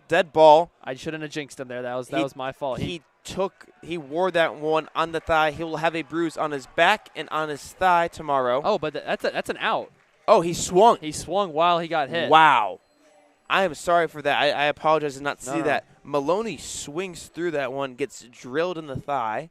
All of that for arguably nothing, Charlie. 2 outs now in the top of the 7th, and if the Wolverines can escape this inning, allowing 0 runs, that would be spectacular, one could say. Now up to bat, the catcher, Berkeley Mabius, the lefty-on-lefty matchup. O'Hearn's going to settle in. Runners on second and third, 2 outs. Oregon leads 3-2 in the top of the 7th. Runners are trying to distract him, but his back's to him. Ooh, swung on and missed there by Mabius. Great pitch, 96-mile-an-hour heater there, Charlie. Yeah, it's interesting, though. We saw no outs, runners on second and third, and looked like a very difficult spot to get out of. But two outs now, up in the count with an 0-1. We're going to see how O'Hearn kind of plays with this. Yeah, O'Hearn delivers. It did not hit him. Number 5, maybe it's acted like it hit him, but the umpire did not signal that it hit him. O'Hearn now 2 questionable pitches and 2 straight at-bats were very close to hitting the batter, but both of them have gone in O'Hearn's way so far. 1-1 count now, 2 outs, runners on second and third. O'Hearn delivers. That one straight at his head. O'Hearn is having target practice out here. It doesn't matter if it's a righty batter or lefty batter. The heat zone's all over, but it's still a 2-1 count. He's just intimidating him, Charlie. That's all it is. Yeah. O'Hearn's getting in his head. He's making him see. I think I see maybe a shaking right now as well. So. Yeah, O'Hearn now 2-1 on the mound. He delivers. This one's hit to the shortstop. It'll be Culbertson that delivers. And Wolverines will get out of the inning 0 scoreless. Mann is the first one out. Brandon Mann, who led the inning, and then Lally. They're fired up. Get out of the inning scoreless, and the Wolverines now still trail by 1, headed to the bottom of the 7th inning. What a spectacular defensive inning by the Wolverines, and especially O'Hearn. For new viewers, still 3-2 after a couple scoreless innings here. I think we are going to see Mechna come out again. No, it is not. It is not. It was who I talked about earlier. Luke Morgan was warming up in the bullpen for the Oregon Ducks. He's got a great first name on him, and he's a pitcher. He's a sophomore, right-handed pitcher for the Oregon Ducks. And then also that pinch runner that came in for Hellman that will be maybe batting later. If he was just the pinch runner for there, it was Josh Schleichart. Yes, Josh Schleichart. And, yes, now it'll be Luke Morgan pitching for the Oregon Ducks. Yeah, Luke Morgan with the mustache. He's an Oregon native. He was from Grants Pass, Oregon, and like we mentioned, sophomore. Pitched last year. Was actually 10-0, 2 saves, and he had a 2.44 ERA. So very solid pitcher. Some good depth in the bullpen here for the Ducks. And, yeah, he's pitched 11 innings so far. And up to bat on the opposite side for the Wolverines, we're going to have Josh Campbell. I think he led off one of the innings. I think last at-bat, actually. He led off, and he had that 2 innings ago, last at-bat. Oh, sorry, yes. I think he had that line drive to center field where the center fielder was able to track it down and catch it. But he's looking to try to time one up and get one on base because Michigan's going to need to make a move eventually. They have 3 more innings to do so, down by 1. Still got a good amount of time, but you don't want to leave it down to last couple innings where you're panicking here. So, once again, ladies and gentlemen, thank you for tuning in to WCBN Sports here. We're going to deliver you a nice 2.5 innings of baseball in a 3-2 game led by the Oregon Ducks. The Michigan Wolverines look to answer. They need to answer if they want a chance at winning this game. And something to note is rain is expected at 3. If there's extra innings, we shall see where that takes us. We are now 2.5 hours into this baseball game. And Josh Campbell will come up to face Luke Morgan. Should be a great at-bat here. Luke Morgan settles in on the mound. He's just going to deliver his first pitch of the game. 0-0 count. Straight down the middle. Josh Campbell was just testing the waters there. 92-mile-per-hour fastball there for Luke Morgan, and Josh Campbell will get back in the batter's box. 0-1 count, bottom of the 7th inning, 0 outs. Michigan trails 2-3. Morgan gets set to deliver. The 0-1. That pitch is wide, 1-1. Yeah, Morgan throwing very vertical. He has pitching motion where he starts high, and it's just a commanding presence. Throwing 92 there on those last two pitches, both fastballs. Yeah, he throws a little mwah out there, you know. Mm. Little 1-1. That pitch is inside. 2-1 count now. Little kiss or cut. Yeah. 2-1 count here to Josh Campbell. Luke Morgan, 2-1. He settles on the mound. Now delivers. Swung on, grounded to Cooney. Cooney fields it, throws it to Miranda, and that will be the first out at the bottom of the 7th. We've been seeing that a lot, though, with the Wolverines, at least these last, I'd say, 2 innings especially. We've been seeing a lot of ground outs. It's been quick pitching, first for Mechna and now Luke Morgan. And now we will have a outs. Pinch hitter, Charlie. Interesting. It will be Brendan Stressler, the outfielder junior, lefty, will face Luke Morgan. Yeah, he's pinch hitting for Drew Culbertson. First at bat. Batting .250 on the season right now. He's had 20 hits in 80 at-bats. Here comes the 0-0. Check swing, doesn't opt to go, but doesn't matter. It was a strike. The off-speed 80-mile-per-hour pitch from Luke Morgan gets ahead in the count 0-1. 1 out in the bottom of the 7th. And Stressler is up to bat. Here comes the 0-1. He delivers. Stressler watches a second one go right by him down the middle. 0-2. You have to imagine part of that as well. Stressler being a lefty. Yes. You had the righty on the mound. Culbertson being the righty. You had that right-on-right matchup, and now you kind of get that favorable scenario. But down 0-2 in the count. He was safe. Sorry. The 0-2 came in. I was watching there. I'm sorry. I apologize. Stressler checks his swing. Look down to the third baseman. He says he did not go. It will be a 1-2 count. 1 balls, 2 strikes, 2 Stressler. Stressler replaces the shortstop, so there probably will be another person coming in. Here comes the 1-2. Chop down, foul down the first base line. He pulls that ball on another 82-mile-per-hour off-speed pitch there from Luke Morgan. Yeah, just kind of looking on the bigger picture, we've seen 7 hits from Oregon, like we mentioned, 5 hits for the Wolverines here. 1-2 count, 1 out, 3-2 game for the Ducks. Here comes the 1-2. Morgan delivers. Out wide, 2-2 count. Great eye there from Stressler. And, Charlie, the Wolverines need to answer quickly. They've got 8 outs to do so. 1 out here in the bottom of the 7th. Stressler brought on 2 pinch hit. 2-2 count. Here comes the pitch. Inside. Oregon wanted it. Everyone in Oregon wanted it. Yeah. Umpire signals to the Oregon bench that it was a ball. Full count. 1 out here in the bottom of the 7th, and Stressler's up to face Luke Morgan. Full count. 1 at bat here we've had so far. Luke Morgan sets. He winds and delivers. Swung on. High, deep into left field. Jimenez gets under the ball, and he catches it. Jimenez tracks quite a ways. Both Maloney and Jimenez went for the ball. Calls off the shortstop, though. Yes. It's a really awkward angle for the shortstop to be running over his left shoulder. So normally shortstop calls off everyone else, like leader of the infield, but lets that one go to the left fielder. In like mid-left field, pinch hitter to no avail there. Great pitch there from Morgan. Forces the pop fly to left field, and now he's got 2 outs under his belt here in the bottom of the 7th inning, and it brings up Charlie Cooper Mullins, the designated hitter. Here comes the 0-0. 0-1, that pitch is in there for an early strike. Oregon pitcher still working counts early. There's a big gap in I would say, right center field there. Yes. Center fielder's creeping left, so that leaves an open target for this lefty hitter. Mullins pulls it to the second baseman. That will be Cooney. He fields it, delivers it to Miranda, and that will be the 3rd out of the inning. Michigan Wolverines have 6 outs remaining to cover their 1 deficit. Their 1-run deficit. Oregon leads by 1 run. They'll be pleased with that, getting to bat here in the top of the 8th. We have a new pitcher coming in for the Wolverines.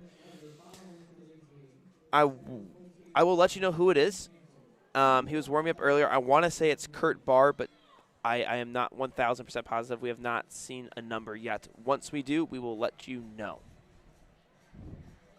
Okay, also, just to let you know, due to forecasted weather following the conclusion of today's game, the scheduled post-game egg hunt here in Ann Arbor will be canceled.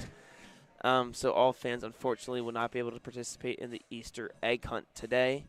I was looking forward to that myself, Charlie, but I think it should be number 9. Number 9, Cade okay. Montgomery. He is junior right-handed pitcher for the Wolverines and looking to kind of leave off here. A little shorter for a pitcher, 5'11". He's from Utah, actually.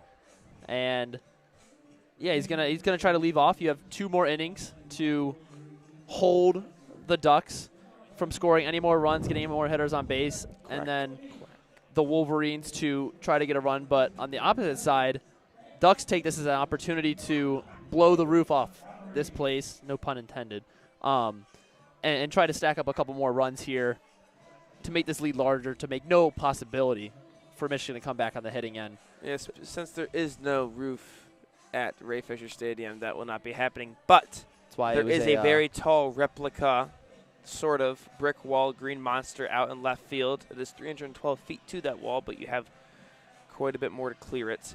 Yeah, we'll see what is in store with the remaining 12 outs in this baseball game. Could be 9, but most likely 12 outs here in this baseball game. And this has been a great game, Charlie. I'm lucky to call it with you. It's always a pleasure calling it with Charlie Lentz. But yeah, we'll see what happens.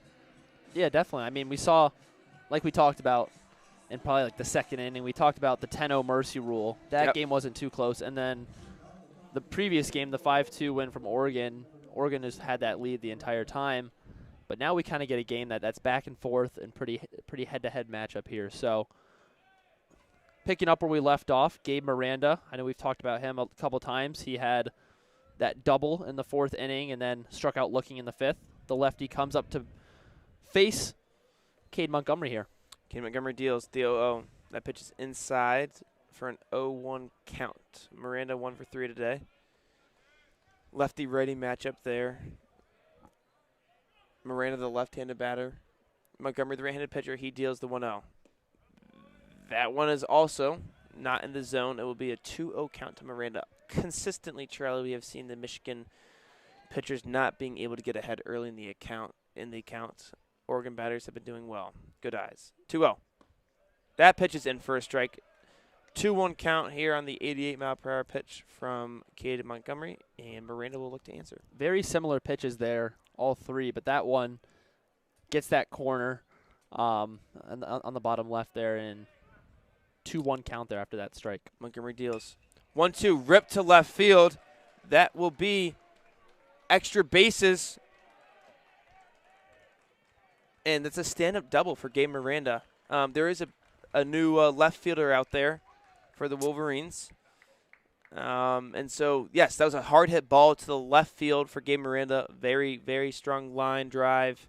And he's able to get a stand-up double. Early leadoff hit for the Oregon Ducks, who look to expand on their 1-run lead. Yeah. Now it's Gabe Charlie. Miranda. Yeah. Yeah, Jack Brooks up to bat, 2 for 3 on the day. But Gabe Miranda, 2 doubles on the day. Very solid hitting, batting .500 on the day. But now you have Jack Brooks, who we've talked about his stolen bases, but he's also been hitting really well too. He had a single in that 2nd inning, and then he had that double steal, if I'm not wrong, and then struck out looking in the 4th, and then had a single in the 6th as well. And, all of those were with Lally, so he hasn't seen a new pitcher yet in Cade Montgomery.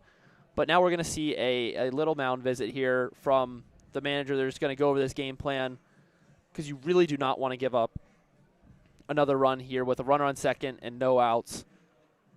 And the Wolverines were able to do that quite well last time. If you remember, they had, I forget where, I think they had runners on second and third with 0 outs, and they were able to escape well after they pulled out in that last inning. But now you face a similar dilemma here where create a game plan and just try to limit this damage. You have a couple more pitchers in the bullpen. One more pitcher warming up as well, but Cade Montgomery is going to stay out there and face the left-handed Jack Brooks.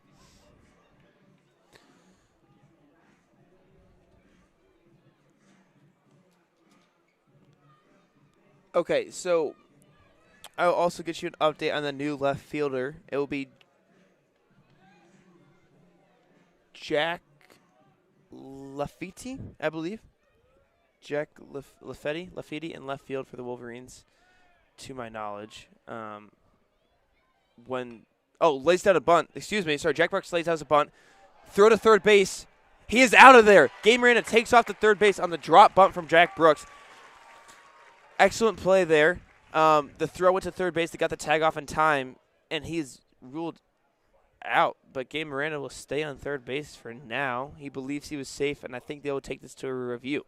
I think Luke meant the third baseman, not the left fielder, but for what?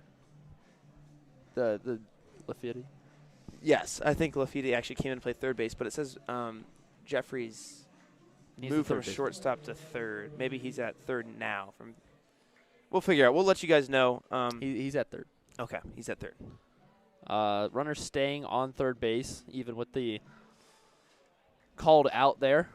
Pitch was the throw down was very high, but was able to make that tag in time, and at the same time that bunt was successful. So you're going to have Jack Brooks, the speedster, back on first base. Nevertheless, but yeah, this play is being under review. We will let you know as soon as we know. Cade Montgomery is going to continue to warm up here, but Michigan Wolverines need to. This would be a big out, a really big out after the leadoff double from Miranda. If he was thrown out at third, that would be crucial for the Wolverines. Jack Brooks is present. He had his first unsuccessful stolen base attempt of the season. I'm sure there's going to be some pickoff attempts and whatnot, or he might try to steal. There's a little bit of weather blowing in. The wind's picking up. We can feel it here in the booth. And the flags are blowing inwards today. Not optimal for the fans wanting to see a home run. But yeah, we'll get back underway. If I can speak here in a second, and we will let you know if he was out or safe at third base.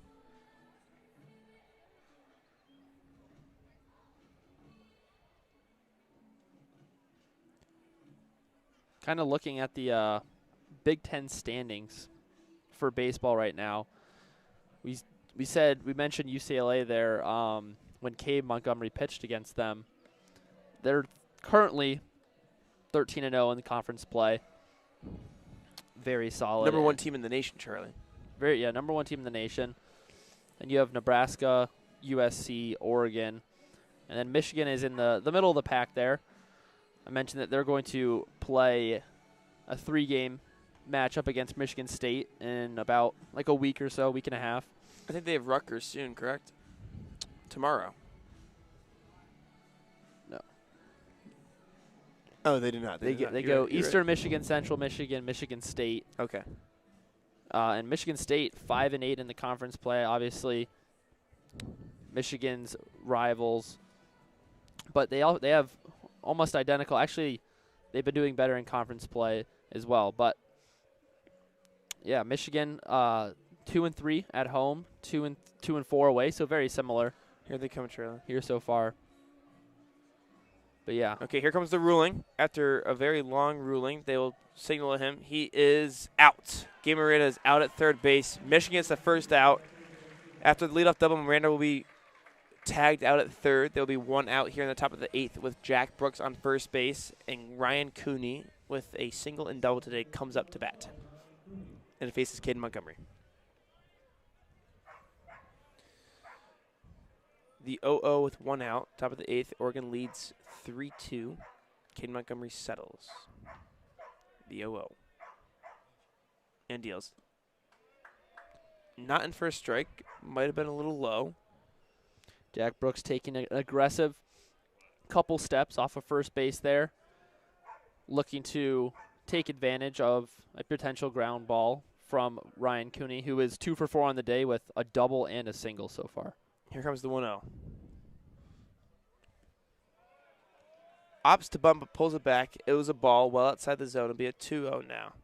That last pitch, Charlie, actually it appeared to be a strike. I was able to look over at a monitor that said it was a strike, but the umpires are never perfect, so we'll continue to play. It'll be a 2-0 count here for Ryan Cooney. Yeah, it's just so hard to tell, especially with just like the breaking balls, especially. The 2-0. That is low and left as well. It'll be a 3-0 count here to Ryan Cooney with 1 out in the top of the 8th inning. Jack Brooks on first. Might steal. We'll see. Nope. That pitch is in for a strike, though. The 3-0's in for a strike. It'll be a 3-1 count to Ryan Cooney. 1 out. Ideally, the Michigan Wolverines would like to turn 2, but there is a shift on to the left. Ryan Cooney settles in, batting .362 this year. The 3-1 back pick off to first. Jack Brooks gets back safe in time. They have not gotten him at first base, but they have got to him stealing second today. Yeah, Ryan Cooney grounded out to third base, like you mentioned, in that 4th inning. That led to a double play as well. The 3-1 is high. Ryan Cooney draws a 5-pitch walk. Excellent at bat there from Ryan Cooney. Just all he had to do was take. Great eyes. And now you have Yax Jimenez coming up. We've talked about him a little bit out there in the outfield. But now we're going to see him coming up to the plate here. The switch hitter, he was warming up. I saw him take 1 swing righty, but I think he's been swinging lefty this entire game. Yeah, he'll go the opposite of whatever the pitcher is. So the pitcher's pitching righty, he'll be a lefty. Yeah. And so far, all the pitchers today, except for Kevin O'Hearn, Keegan O'Hearn, have been righty pitchers. The 0-0 for Montgomery is high. It will be 1 ball, 0 strikes, 1 out. Runners on first and second in the top of the 8th inning. Oregon Ducks lead 3-2. Yeah. Jimenez was mainly used as a pitch runner last year. He had 18 games as the pinch runner, but he only started twice. But seems like, based off his hitting, he's taken a bit of a bigger role this season with the team. That's right. The 1-0 is fouled left. It will be a 1-1 count to Yax Jimenez. That was an 89 mile per hour, I believe, fastball there from Cade Montgomery. And it'll be 1 ball, 1 strike, 1 out here in the top of the 8th with runners on first and second.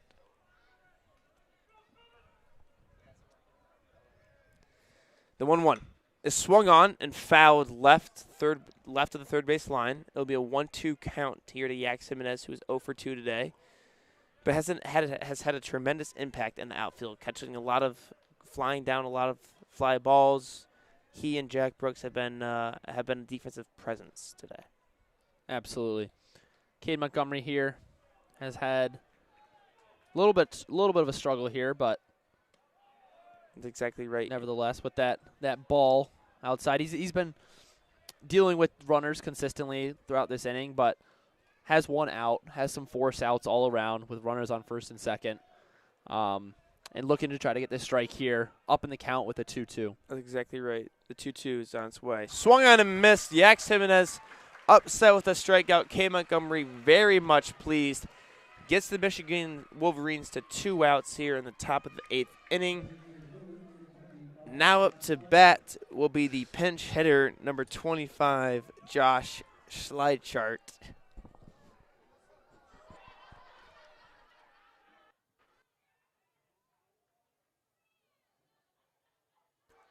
This will be his first at-bat of the day. He's batting .280 on the season. He'll be the designated hitter, usually an outfielder for the Oregon Ducks.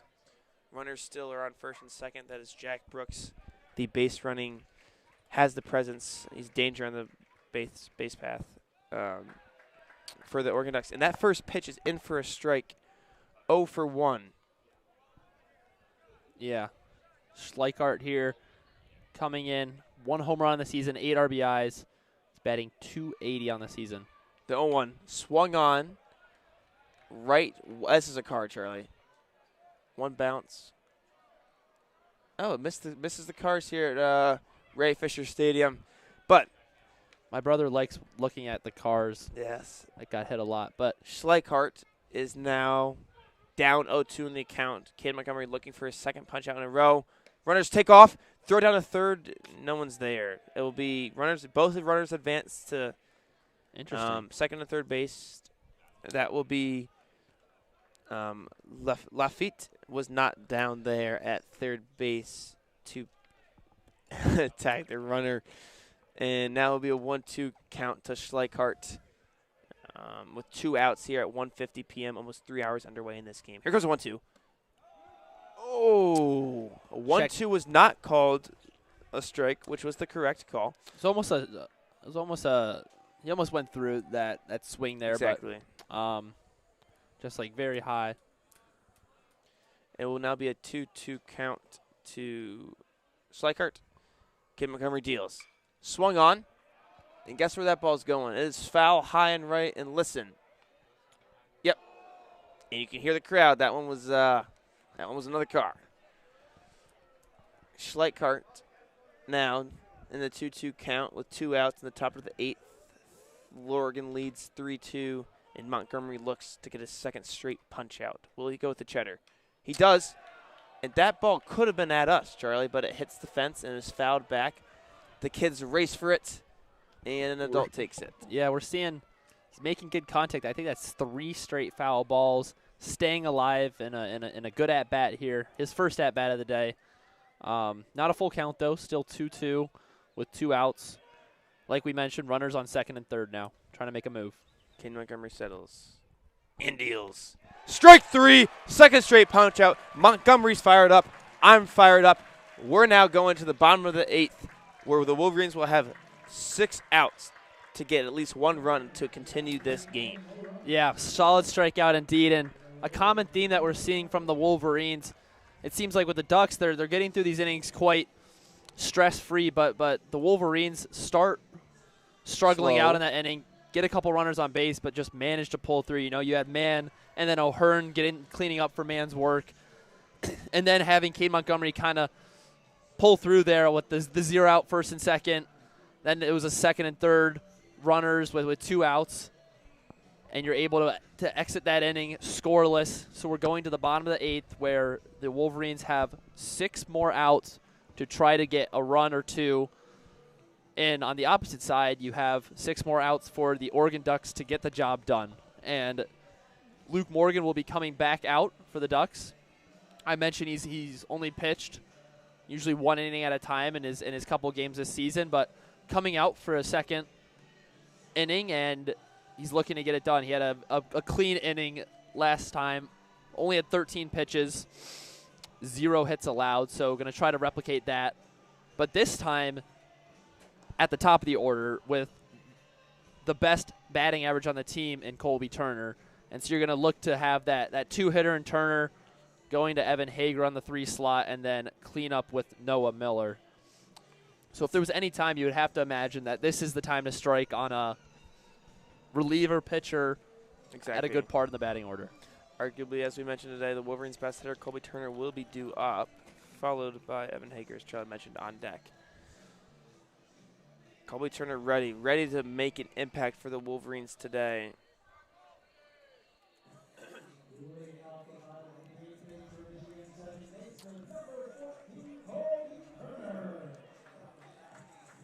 It is now the bottom of the 8th inning here in Ann Arbor, Michigan. Local time is 1:53 p.m. I believe that would be 10:53 for the Oregon Ducks right now. I could be wrong. 11:53. 10:53.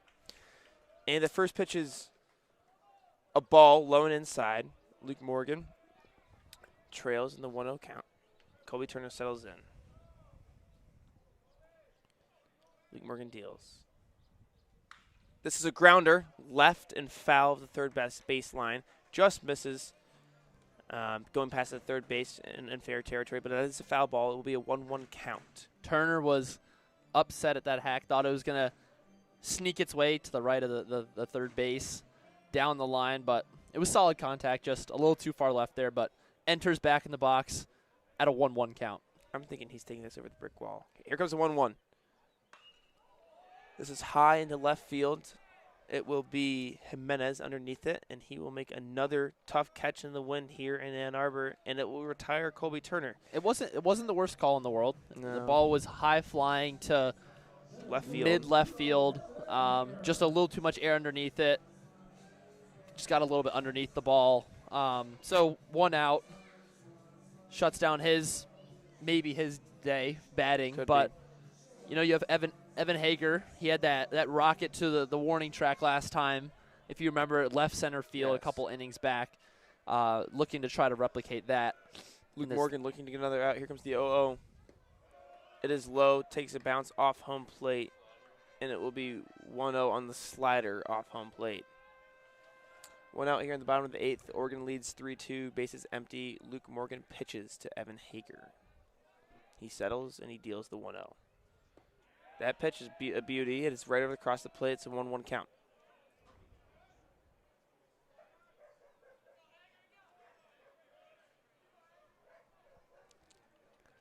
Now, it will be Luke Morgan once again on the 1-1 with 1 out in the bottom of the 8th. He pitches. That is another great pitch across. Ooh, Evan Hager not pleased with the call. Barely touches the strike zone. Great. It was a good call there by David Buck. 1-2 count. Evan Hager now back in that batter's box with a 1-2. Here comes the pitch. Hager fouls it right, and he is staying alive in this at bat. Yeah, we hear the staying alive music for the Michigan Wolverines as the 1-2 count gets fouled off here. We have 1 out, no one on base for the Wolverines. Bottom of the 8th, like we mentioned, as Luke Morgan gets a new baseball from the umpire, looking ready to step back on the mound and deal once again. Yep. Luke Morgan ahead in the count, 1-2 in the bottom of the 8th with 1 out, trying to retire Hager here. Here comes the pitch. Swung wide, high and left, well out of the zone. It'll be a 2-2 count here for Luke Morgan. Absolutely. We had a great game of baseball here, Charlie. 2-3, Michigan trails. Oregon leads, you could say 3-2 as well. But, yeah, coming down to the wire here. Luke Morgan pitches a 2-2. That one hits the dirt, bounces off home plate, and blocked by the catcher. Doesn't that matter because no runners are on. It'll be a full count with 1 out. Michigan trails 2-3. Right where Hager kind of wants to be here. Yeah, I mean, the benefit of getting at least one person on base is monumental because you get the chance to have the winning run with a home run there on first. So, and we'll see that Hager can steal. He's 3 for 6. He's got some speed on him. The center fielder for the Wolverines, you'd expect him to have some speed, and yeah, he could be a threat on the bases, but he's got to get there first. Whether he can draw a walk, we do have a timeout here in the game. We will get resumed shortly. Mabius with his helmet off. Yeah. As he looks to the Oregon bench. And the gets dugout back in remains position. empty. Or sorry, like no one's coming out of the dugout. And we'll have a full count here. Luke Morgan to Evan Hager. 3-2, 1 out, bottom of the 8th. Crucial at-bat for the Wolverines. He deals. Swung on and missed. Strikeout. Luke Morgan gets the K, stares him down. And now up to bat will be Noah Miller, the catcher junior. Yeah, Noah Miller, first at bat, had a single in the second inning and then struck out looking in the third. And then had a fly out in the 5th. Hasn't batted since the 5th inning, but looking to face a new pitcher other than the original with Scolari. The 0-0. Swung on, straight to Cooney. Cooney fields it well, throws it over to Miranda, and that will be the end of the 8th inning. We will be going into the last inning. The Oregon Ducks lead 3-2 over the Michigan Wolverines here in Ann Arbor, Michigan. Time is 2 p.m. Rain is expected around 3 p.m., maybe a little bit before. It is getting a little bit darker out here. And we shall see if the Wolverines can keep their deficit to 1 and if they can answer in the bottom of the 9th. If not, the Oregon Ducks look to keep. They have technically 6 outs left of baseball in this game where they just need to play perfect baseball, and they will come away with the win. It will be Cade Montgomery returning to the mound for the Michigan Wolverines after throwing a shutout top of the 8th. He looks to do so in the top of the 9th as well. What do you have to tell your team here when you're down by 1? Are you telling Cade to try to get ahead, try to get some early outs, and then on the batting end, like what do you tell your players here? I think he doesn't want to make the wrong pitch. He wants to. I think you tell your guy to pitch to pitch his spots. If it gets hit, it gets hit. But you don't want to miss. You don't want to give an easy pitch to an Oregon batter where they can take an opportunity and put more runs on the board. If you can hit your spots, maybe force some grounders, maybe some pop flies, and get this game manageable in the 9th is all that Cade Montgomery is looking to do here. Now, I have a question for you. We've seen the we've seen ABS implemented in MLB. Okay. Yeah. Do you think that should be implemented in college baseball? I mean, I don't see why not. I kind of like the addition of ABS. I mean, it's just a fact check for umps. You know, we're getting to the point where we're becoming more automated in every part of our world, and I mean, baseball was going to happen eventually. The inconsistency or like the around 80 to 90% correct calls in the MLB, it just gets narrowed down now with the ability to challenge and. Well, I haven't read to see if it is going to be implemented in college baseball at all or not. Not yet. No real talks yet. I mean, obviously some talks, but nothing. It's been nothing of any motion. And one thing that you could think about is that World Baseball Classic game with the U.S. versus, I believe, is the Dominican Republic. That last call is just like you need ABS implemented there. You can't end a game like that. But we'll see. Drew Smith up to the plate, 1 for 3, batting .380 on the season. Montgomery deals. It is wide left. We will get back to talking about college baseball and not about pro baseball. And we will take you into the 9th inning here in Ann Arbor at Ray Fisher Stadium. A beautiful stadium with a beautiful lookout here. Here comes the 1-0. Low and left. It will be a ball, a 2-0 count now to Drew Smith, who is 1 for 3 and having a solid day himself, batting .380 this year. We talked about getting ahead and doing the right pitches, and in fact, I don't think either one of those happened. Down 2-0. That's exactly right. Down 3-0 now, Charlie. And last time we had a 3-0 count with the Michigan pitcher, he walked him. It's a new pitcher, though. It is a new pitcher. That's a good point. Needs to get back. Just give him a strike. Really cannot afford to get a runner on, the leadoff runner on. But he did just – oh, strike number 1 of the at-bat. It'll be a 3-1 count now to Drew Smith.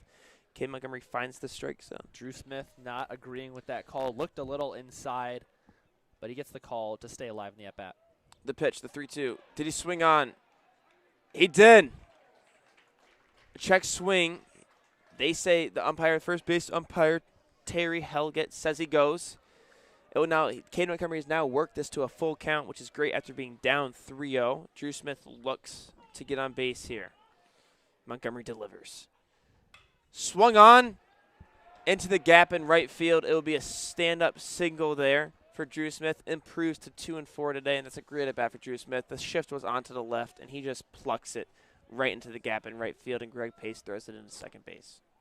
Yeah, very solid at-bat there from the cleanup hitter.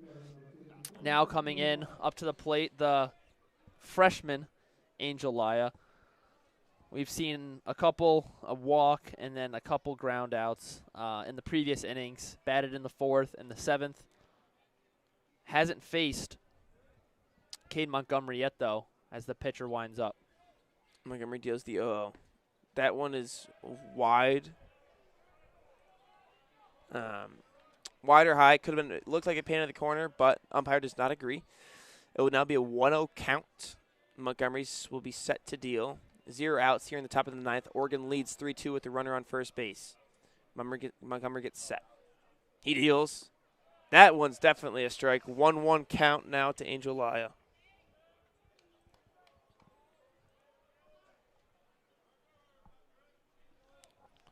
Montgomery now, he gets back on the mound. He settles on the 1-1 count. Montgomery goes for the pickoff, and the ball is bobbled and not tagged by Ladahoff. Got to imagine that Cade Montgomery usually doesn't pitch. I don't know if he's a reliever or not. He is. Is he? Yes. 30 pitches already for Montgomery. Finding himself in a sticky situation here early again, just like last inning. And that pitch is outside. A bit of a discombobulation there on the 2-1. Now the 2-1 count for Caden Montgomery. 0 outs here in the top of the 9th inning. Michigan trails by 1.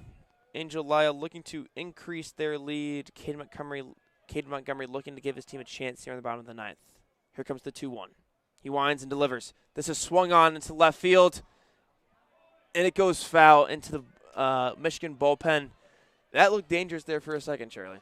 Yeah. Funny enough, I saw the dugout signaling there for the left fielder to get over left a little bit more, and just on that cue, they fire it to the left field dugout.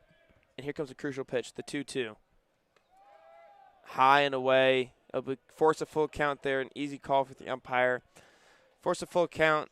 Obviously, Drew Smith is a danger on the bases, and so that was a little bit in the head. They thought he might have been stealing. He got a great jump, but he did not elect to go. Now the full count. He takes off, grounder to the second baseman.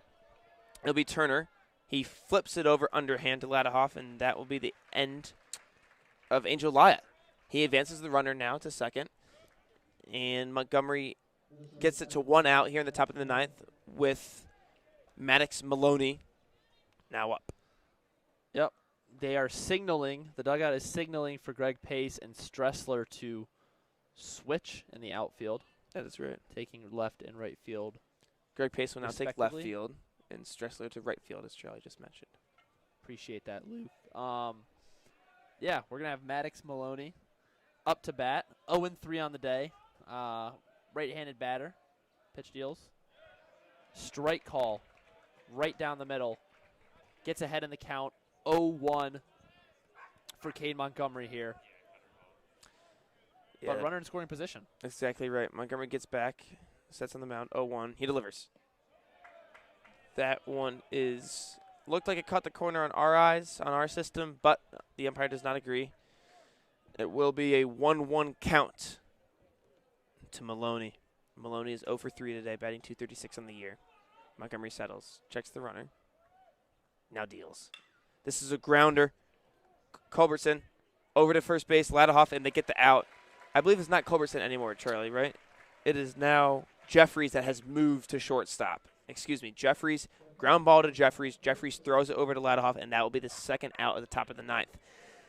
This will bring up Berkeley Mabius, Charlie. What has he done today? Yeah, he's had a solid outing so far. He's had a solid defensive outing, that's right. Solid defensive outing, sorry. Yeah, no. He's 0 for 4, but couple ground. He's put it in play a lot. And going in that favorable matchup as a lefty hitter. Looking now with 2 outs, just to put something in the outfield, get the runner on second, Smith, to round third base. The 0-0 is swung on and missed there by Mabius. Check swing, they say he goes, but it was a strike regardless. Yeah, dark clouds going over the right field above us. That pitch is wide. The 0-1 is wide. It will force a 1-1 count with 2 outs remaining. It's got to be raining sometime soon here, though. Can't imagine any time in this game, but. Yeah, it was supposed to be about 3 p.m. This one swung on to center field. What a diving catch by Hager. Unbelievable catch by Evan Hager. That was a hard line drive ball out to Evan Hager. He makes a diving catch to end the top of the 9th, and Michigan will have 3 outs to either advance the game or walk it off. And that's really important there, because if that ball gets by him in any sense, it's probably a triple and a base and a run scored there for the Ducks. So that would have been 4-2 and coming back to 2 runs down. But now you're down 1 run. You just need a single hit with a single man on base to get that tying run and to go into extra innings. We're going to see a completely new pitcher here. Devin Bell, Charlie, the senior right-handed pitcher, tall pitcher, and he will be looking to close and get the save here for the Oregon Ducks here in Ann Arbor. They would be winning the series. The series is split 1-1 right now after a win by the Wolverines on Thursday. Ducks get it done yesterday on Friday. Today, April 4th, Saturday, Oregon leads 3-2 going into the bottom of the 9th. But, I mean, could you have scripted it any better, Charlie? It's a 1-run game here in the bottom of the 9th. Michigan has a chance to take the lead in Oregon. Excuse me. Yeah. Devin Bell. Sorry about that. He actually comes from a athletic family. His mom played basketball at Boise State. Father played golf, and brother played football and baseball at Washington State. But himself, he was actually a D2 player, a very good D2 player, matter of fact. He played at Western Oregon and was the D2 baseball first team all-region before transferring to Oregon, and has had a prominent couple of outings as a trademark closer. Not too many hits again. He's let up 7 hits on the year and about 12 innings pitched, and he's looking to just bring it home in a clean fashion. Pitch goes down as 3 more outs, 3 more chances for the Wolverines as Cade Ladahoff, the first baseman, steps into the plate here. A little bit more energy for the Wolverines in the crowd. I'm sure there's going to be a little bit more energy in some of these counts, but couldn't have asked for a more enticing ending to finish it off here. See what Michigan can do. Bell now on the mound. The 0-0 in the bottom of the 9th. Ladahoff looks to answer. The pitch. Low and away. 1-0 count. The entire Michigan dugout is on their feet. I mean, the stands are all into it. People are clapping. Ladahoff needs to answer, though, for the Wolverines if they want a chance at winning. Bell sets, winds, throws low and inside, hit the dirt. No chance there. 2-0 count for Ladahoff, looking to take advantage of this. Get on base through a walk, through a hit. Bell winds, delivers. That one's right down the heart. There's a 2-1 count. Cade Ladahoff still ahead in this count. 2-1 as Bell. Important to note as well, I don't know if you mentioned it, Elijah Cook in left field for the Ducks, number 7. Yes, the 2-1 delivered, swung on, grounded to third base. An excellent play, thrown over to Miranda, and that will record the first out of the inning. That was, I believe, Drew Smith fielding the ball really well, throwing it over to Miranda, and that will be the first out of the inning for the Michigan Wolverines. We talk about 3 chances. Now you have two left. For Braden Jeffries, the left-handed hitter, he's 1 for 3 on the day so far with an RBI single, one of the 2 in the 3rd inning, but hasn't had too many plate appearances. But no better time than the bottom of the 9th here. The lefty hitter up to the plate. That's exactly right. The 0 pitch is wide. It'll be a 1-0 count now to Braden Jeffries. On deck is Matthew Austinfort. He will be pitch hitting for Greg Pace Jr., the lefty, to get that lefty on righty matchup that the Michigan desires. It will be a 1-0 count. Bell delivers. Right down the heart. That will be another. Jeffries was just looking at the one, testing out the speed. It'll be an 82 off-speed pitch for a 1-1 count. It's a perfect hitter's pitch there, but laid off of it. That's okay. 1 out. Here in the bottom of the 9th, Michigan has 2 outs to work with, and Jeffries looks to answer. Bell sets, delivers. This is swung on into left field. This was dropping the gap. He'll round first base, looking for second, opts to stay at first base. Now up to bat, Matthew Austinfort after the 1-hit single by Braden Jeffries. Great hit there, exactly what Michigan needed. Now the tying run is at first. The winning run is at the plate, Charlie. And you have to imagine, initially in the lineup, Greg Pace was in, but now with no more fielding. Yeah, Matt Austinfort making his first appearance today, the junior. Yeah, we'll see if he can do something, Charlie.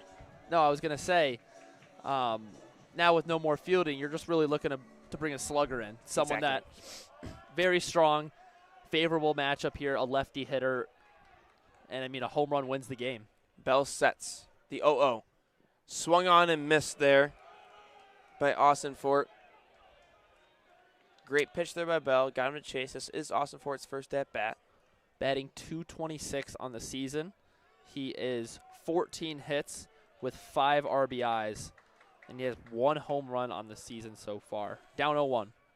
Bell sets on the 0-1. He delivers. Swung on and missed once again by Fort. It'll be an 0-2 count to the Wolverines. An 83-mile-per-hour breaking ball once more. Bell ready. Waits for Fort to step in the box. Now he's there. Jeffries at first base. 0-2 count. 1 out. Runner on first. Michigan trails by 1. Bell sets. He delivers the 0-2. Swung on and missed. 3 straight breaking balls. 3 straight swings from Fort. He goes down. Michigan will leave it to Jack Lafitte. He'll leave it to Jack Lafitte to continue the game. It's down to the last out. Runner on first. Tying run at first. Winning run at the plate. Yeah, you'd have to imagine, Greg Pace 0 for 3, bringing in Fort there, but just wasn't timing that up correctly. The 0-0. Check swing, strike. It'll be an 0-1 count now to Lafitte. He's batting .208 on the year. Braden Jeffries at first. Lafitte at home plate with Bell on the mound. Devin Bell looking to answer for the Oregon Ducks. The 0-1. He picks off at first, and Braden Jeffries gets back in there safely. I mean, why not, though? Yeah, why not? If the harm. Runner's leading off. Well, what happens if it gets by the first baseman? Then Yeah. it gets runner in scoring position. So there's some Trade-off. Some downside, exactly. Devin Bell now back on the mound. The 0-1. He breathes. He winds and delivers. The 0-1. Well in the dirt. Jeffries looked to take off there after the ball in the dirt, but it was a nice block there by Mabius. Mabius pump fakes there, acting like he's going to whale it down to first base, but Opts not to. yeah, runner stays. Currently have a 1-1 count in here for Jack Lafitte, the right-handed freshman, looking to make some magic here in the bottom of the ninth. The 1-1. Devin Bell's on the mound. Jeffries takes a big lead off. The 1-1. He goes to pick him off, and he is safe. Jeffries gets back in there safely after the big lead off. 2 outs here. Michigan down to their last out here in Ann Arbor, Michigan. 2:17 p.m. Oregon Ducks lead 3-2 with Jack Lafitte at the plate, hoping to make some magic for these fans. The 1-1. Bell on the mound. He winds, delivers. It's hit into right field. Jeffries rounds second, opts not to go. It'll be a single for Lafitte. He answers when needed. He continues the game. Now it will be Brendan Stressler, the junior left-handed batter, to continue the game and give a little bit more magic for these fans. Yeah, extremely hard-hit ground ball there, taking advantage of the mispositioning there by Ryan Cooney there at second base. But now you have runners on first and second. I thought that maybe Jeffries was going to be able to round second there, maybe get to third, but definitely would have been a throw out at third. But now you have 2 runners on base. Like we mentioned, Stressler batting .250 on the season. Any hit into the outfield, you'd have to imagine that Jeffries is getting home here. Yes, runner in scoring position. Winning run on first.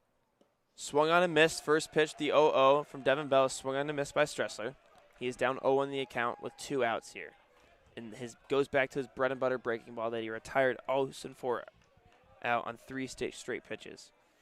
Devin Bell takes the mound, the 0-1. He delivers inside. It hit him. It hit Brendan Stressler. Bases will be loaded here. It comes down to Cooper Mullins, the designated hitter. With bases loaded in the bottom of the ninth, Charlie, 2 outs here. Michigan trails by 1. Winning run is on second. Do you do a mound visit here, or? Of course. I think I would guess. Yes. The pitching coach is going to come out and talk. I was correct there with that call. They're going to recoup here. Devin Bell, the D2 previous pitcher, coming up. He's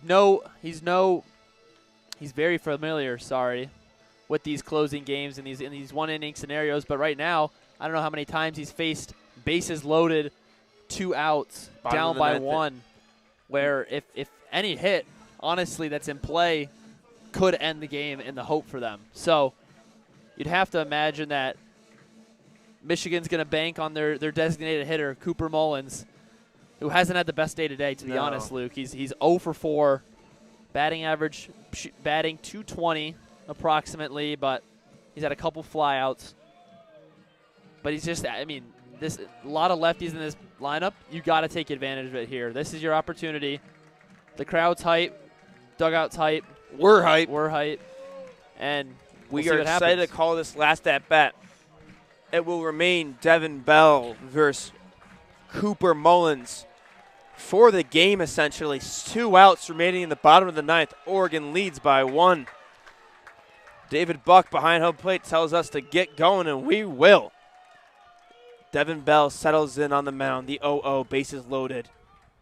Swung on to center field. He rounds second. He's coming home. A play at the plate. He slides in. Michigan wins. Michigan wins. A walk-off single to center field by Cooper Mullins. What a play. What an at-bat. This is what you live for as a Michigan baseball fan. The Gatorade comes out and sprays Cooper Mullins. 0 for 4 on the day, but no longer. Michigan gets it done. It's almost like the crowd knew that something was going to happen. What a game for the Michigan Wolverines. They trailed the entire game until the end. The coaches shake hands, but Michigan players are hyped. The Oregon Ducks outfielders are still in disbelief in the outfield, but there's nothing that he could have done there. Jack Brooks fielded that as best as he could, threw a very nice throw to home plate, but the speed there of Jeffries as he rounded, or not even Jeffries, who was that Stressler, I think. It might have been Stressler, Charlie. That's exactly right. As it was a photo finish at the very end there, but yeah, it was Lafitte. I believe it was Lafitte came in, rounded third, like a shark was behind him, came running into home plate, slides in. The throw was slightly off target. Had to make a tough play at the plate. Shirts are off right now on a 50-degree day in Ann Arbor. Players are happy. Fans are happy. We're happy. We're happy. It's a great game to call. Michigan takes the series 2-1. Oregon's still a great team. Looked amazing today. Unfortunately, we're not able to get it done. Cooper Mullins. Wow. The chance for Coop. No. If you look, it's Michigan went to line up and shake hands with the Oregon players. The Oregon players did not shake hands with the Michigan Wolverines. Oh, coach now is prompting him to shake hands now. The fans were booing for a little bit, if you heard a little bit, because they did not shake hands. Now they're coming in. The players will shake hands after a great 4-3 win in Ann Arbor. Let me change. Yeah, and with that, on the bigger picture, obviously Michigan wins the game. They win the series 2-1. And it moves them to 16-14 on the season. The loss for the Oregon Ducks takes them to 24-8, still high up in the Big Ten rankings. But that's going to be it for the ball game as the players shake hands here. But what an ending to that. It's almost like you could almost feel it. It was one batter at a time. They loaded the bases. And then on the first pitch, Cooper Mullins with a contact hit into mid-center field. And it all started, Charlie, with the Braden Jeffries at bat to get some momentum at first base. And then you see Lafitte, and then you see Stressler, and then Cooper Mullins when you needed him the most. On the final at-bat of the game, essentially, he's 0 for 4. He delivers. He gets his 2 RBI, single, walk-off, whatever you want to call it, and Michigan wins. Well, ladies and gentlemen, thank you very much for tuning in to Ray Fisher Stadium and the WCBN broadcast. It was a pleasure, myself, Luke Lentz, and my co-partner, Charlie, my twin brother, Charlie Lentz, to join me today to give you a broadcast of hopefully you'll remember for a lifetime. I hope you guys have a great rest of your day. Thank you very much. Go Blue.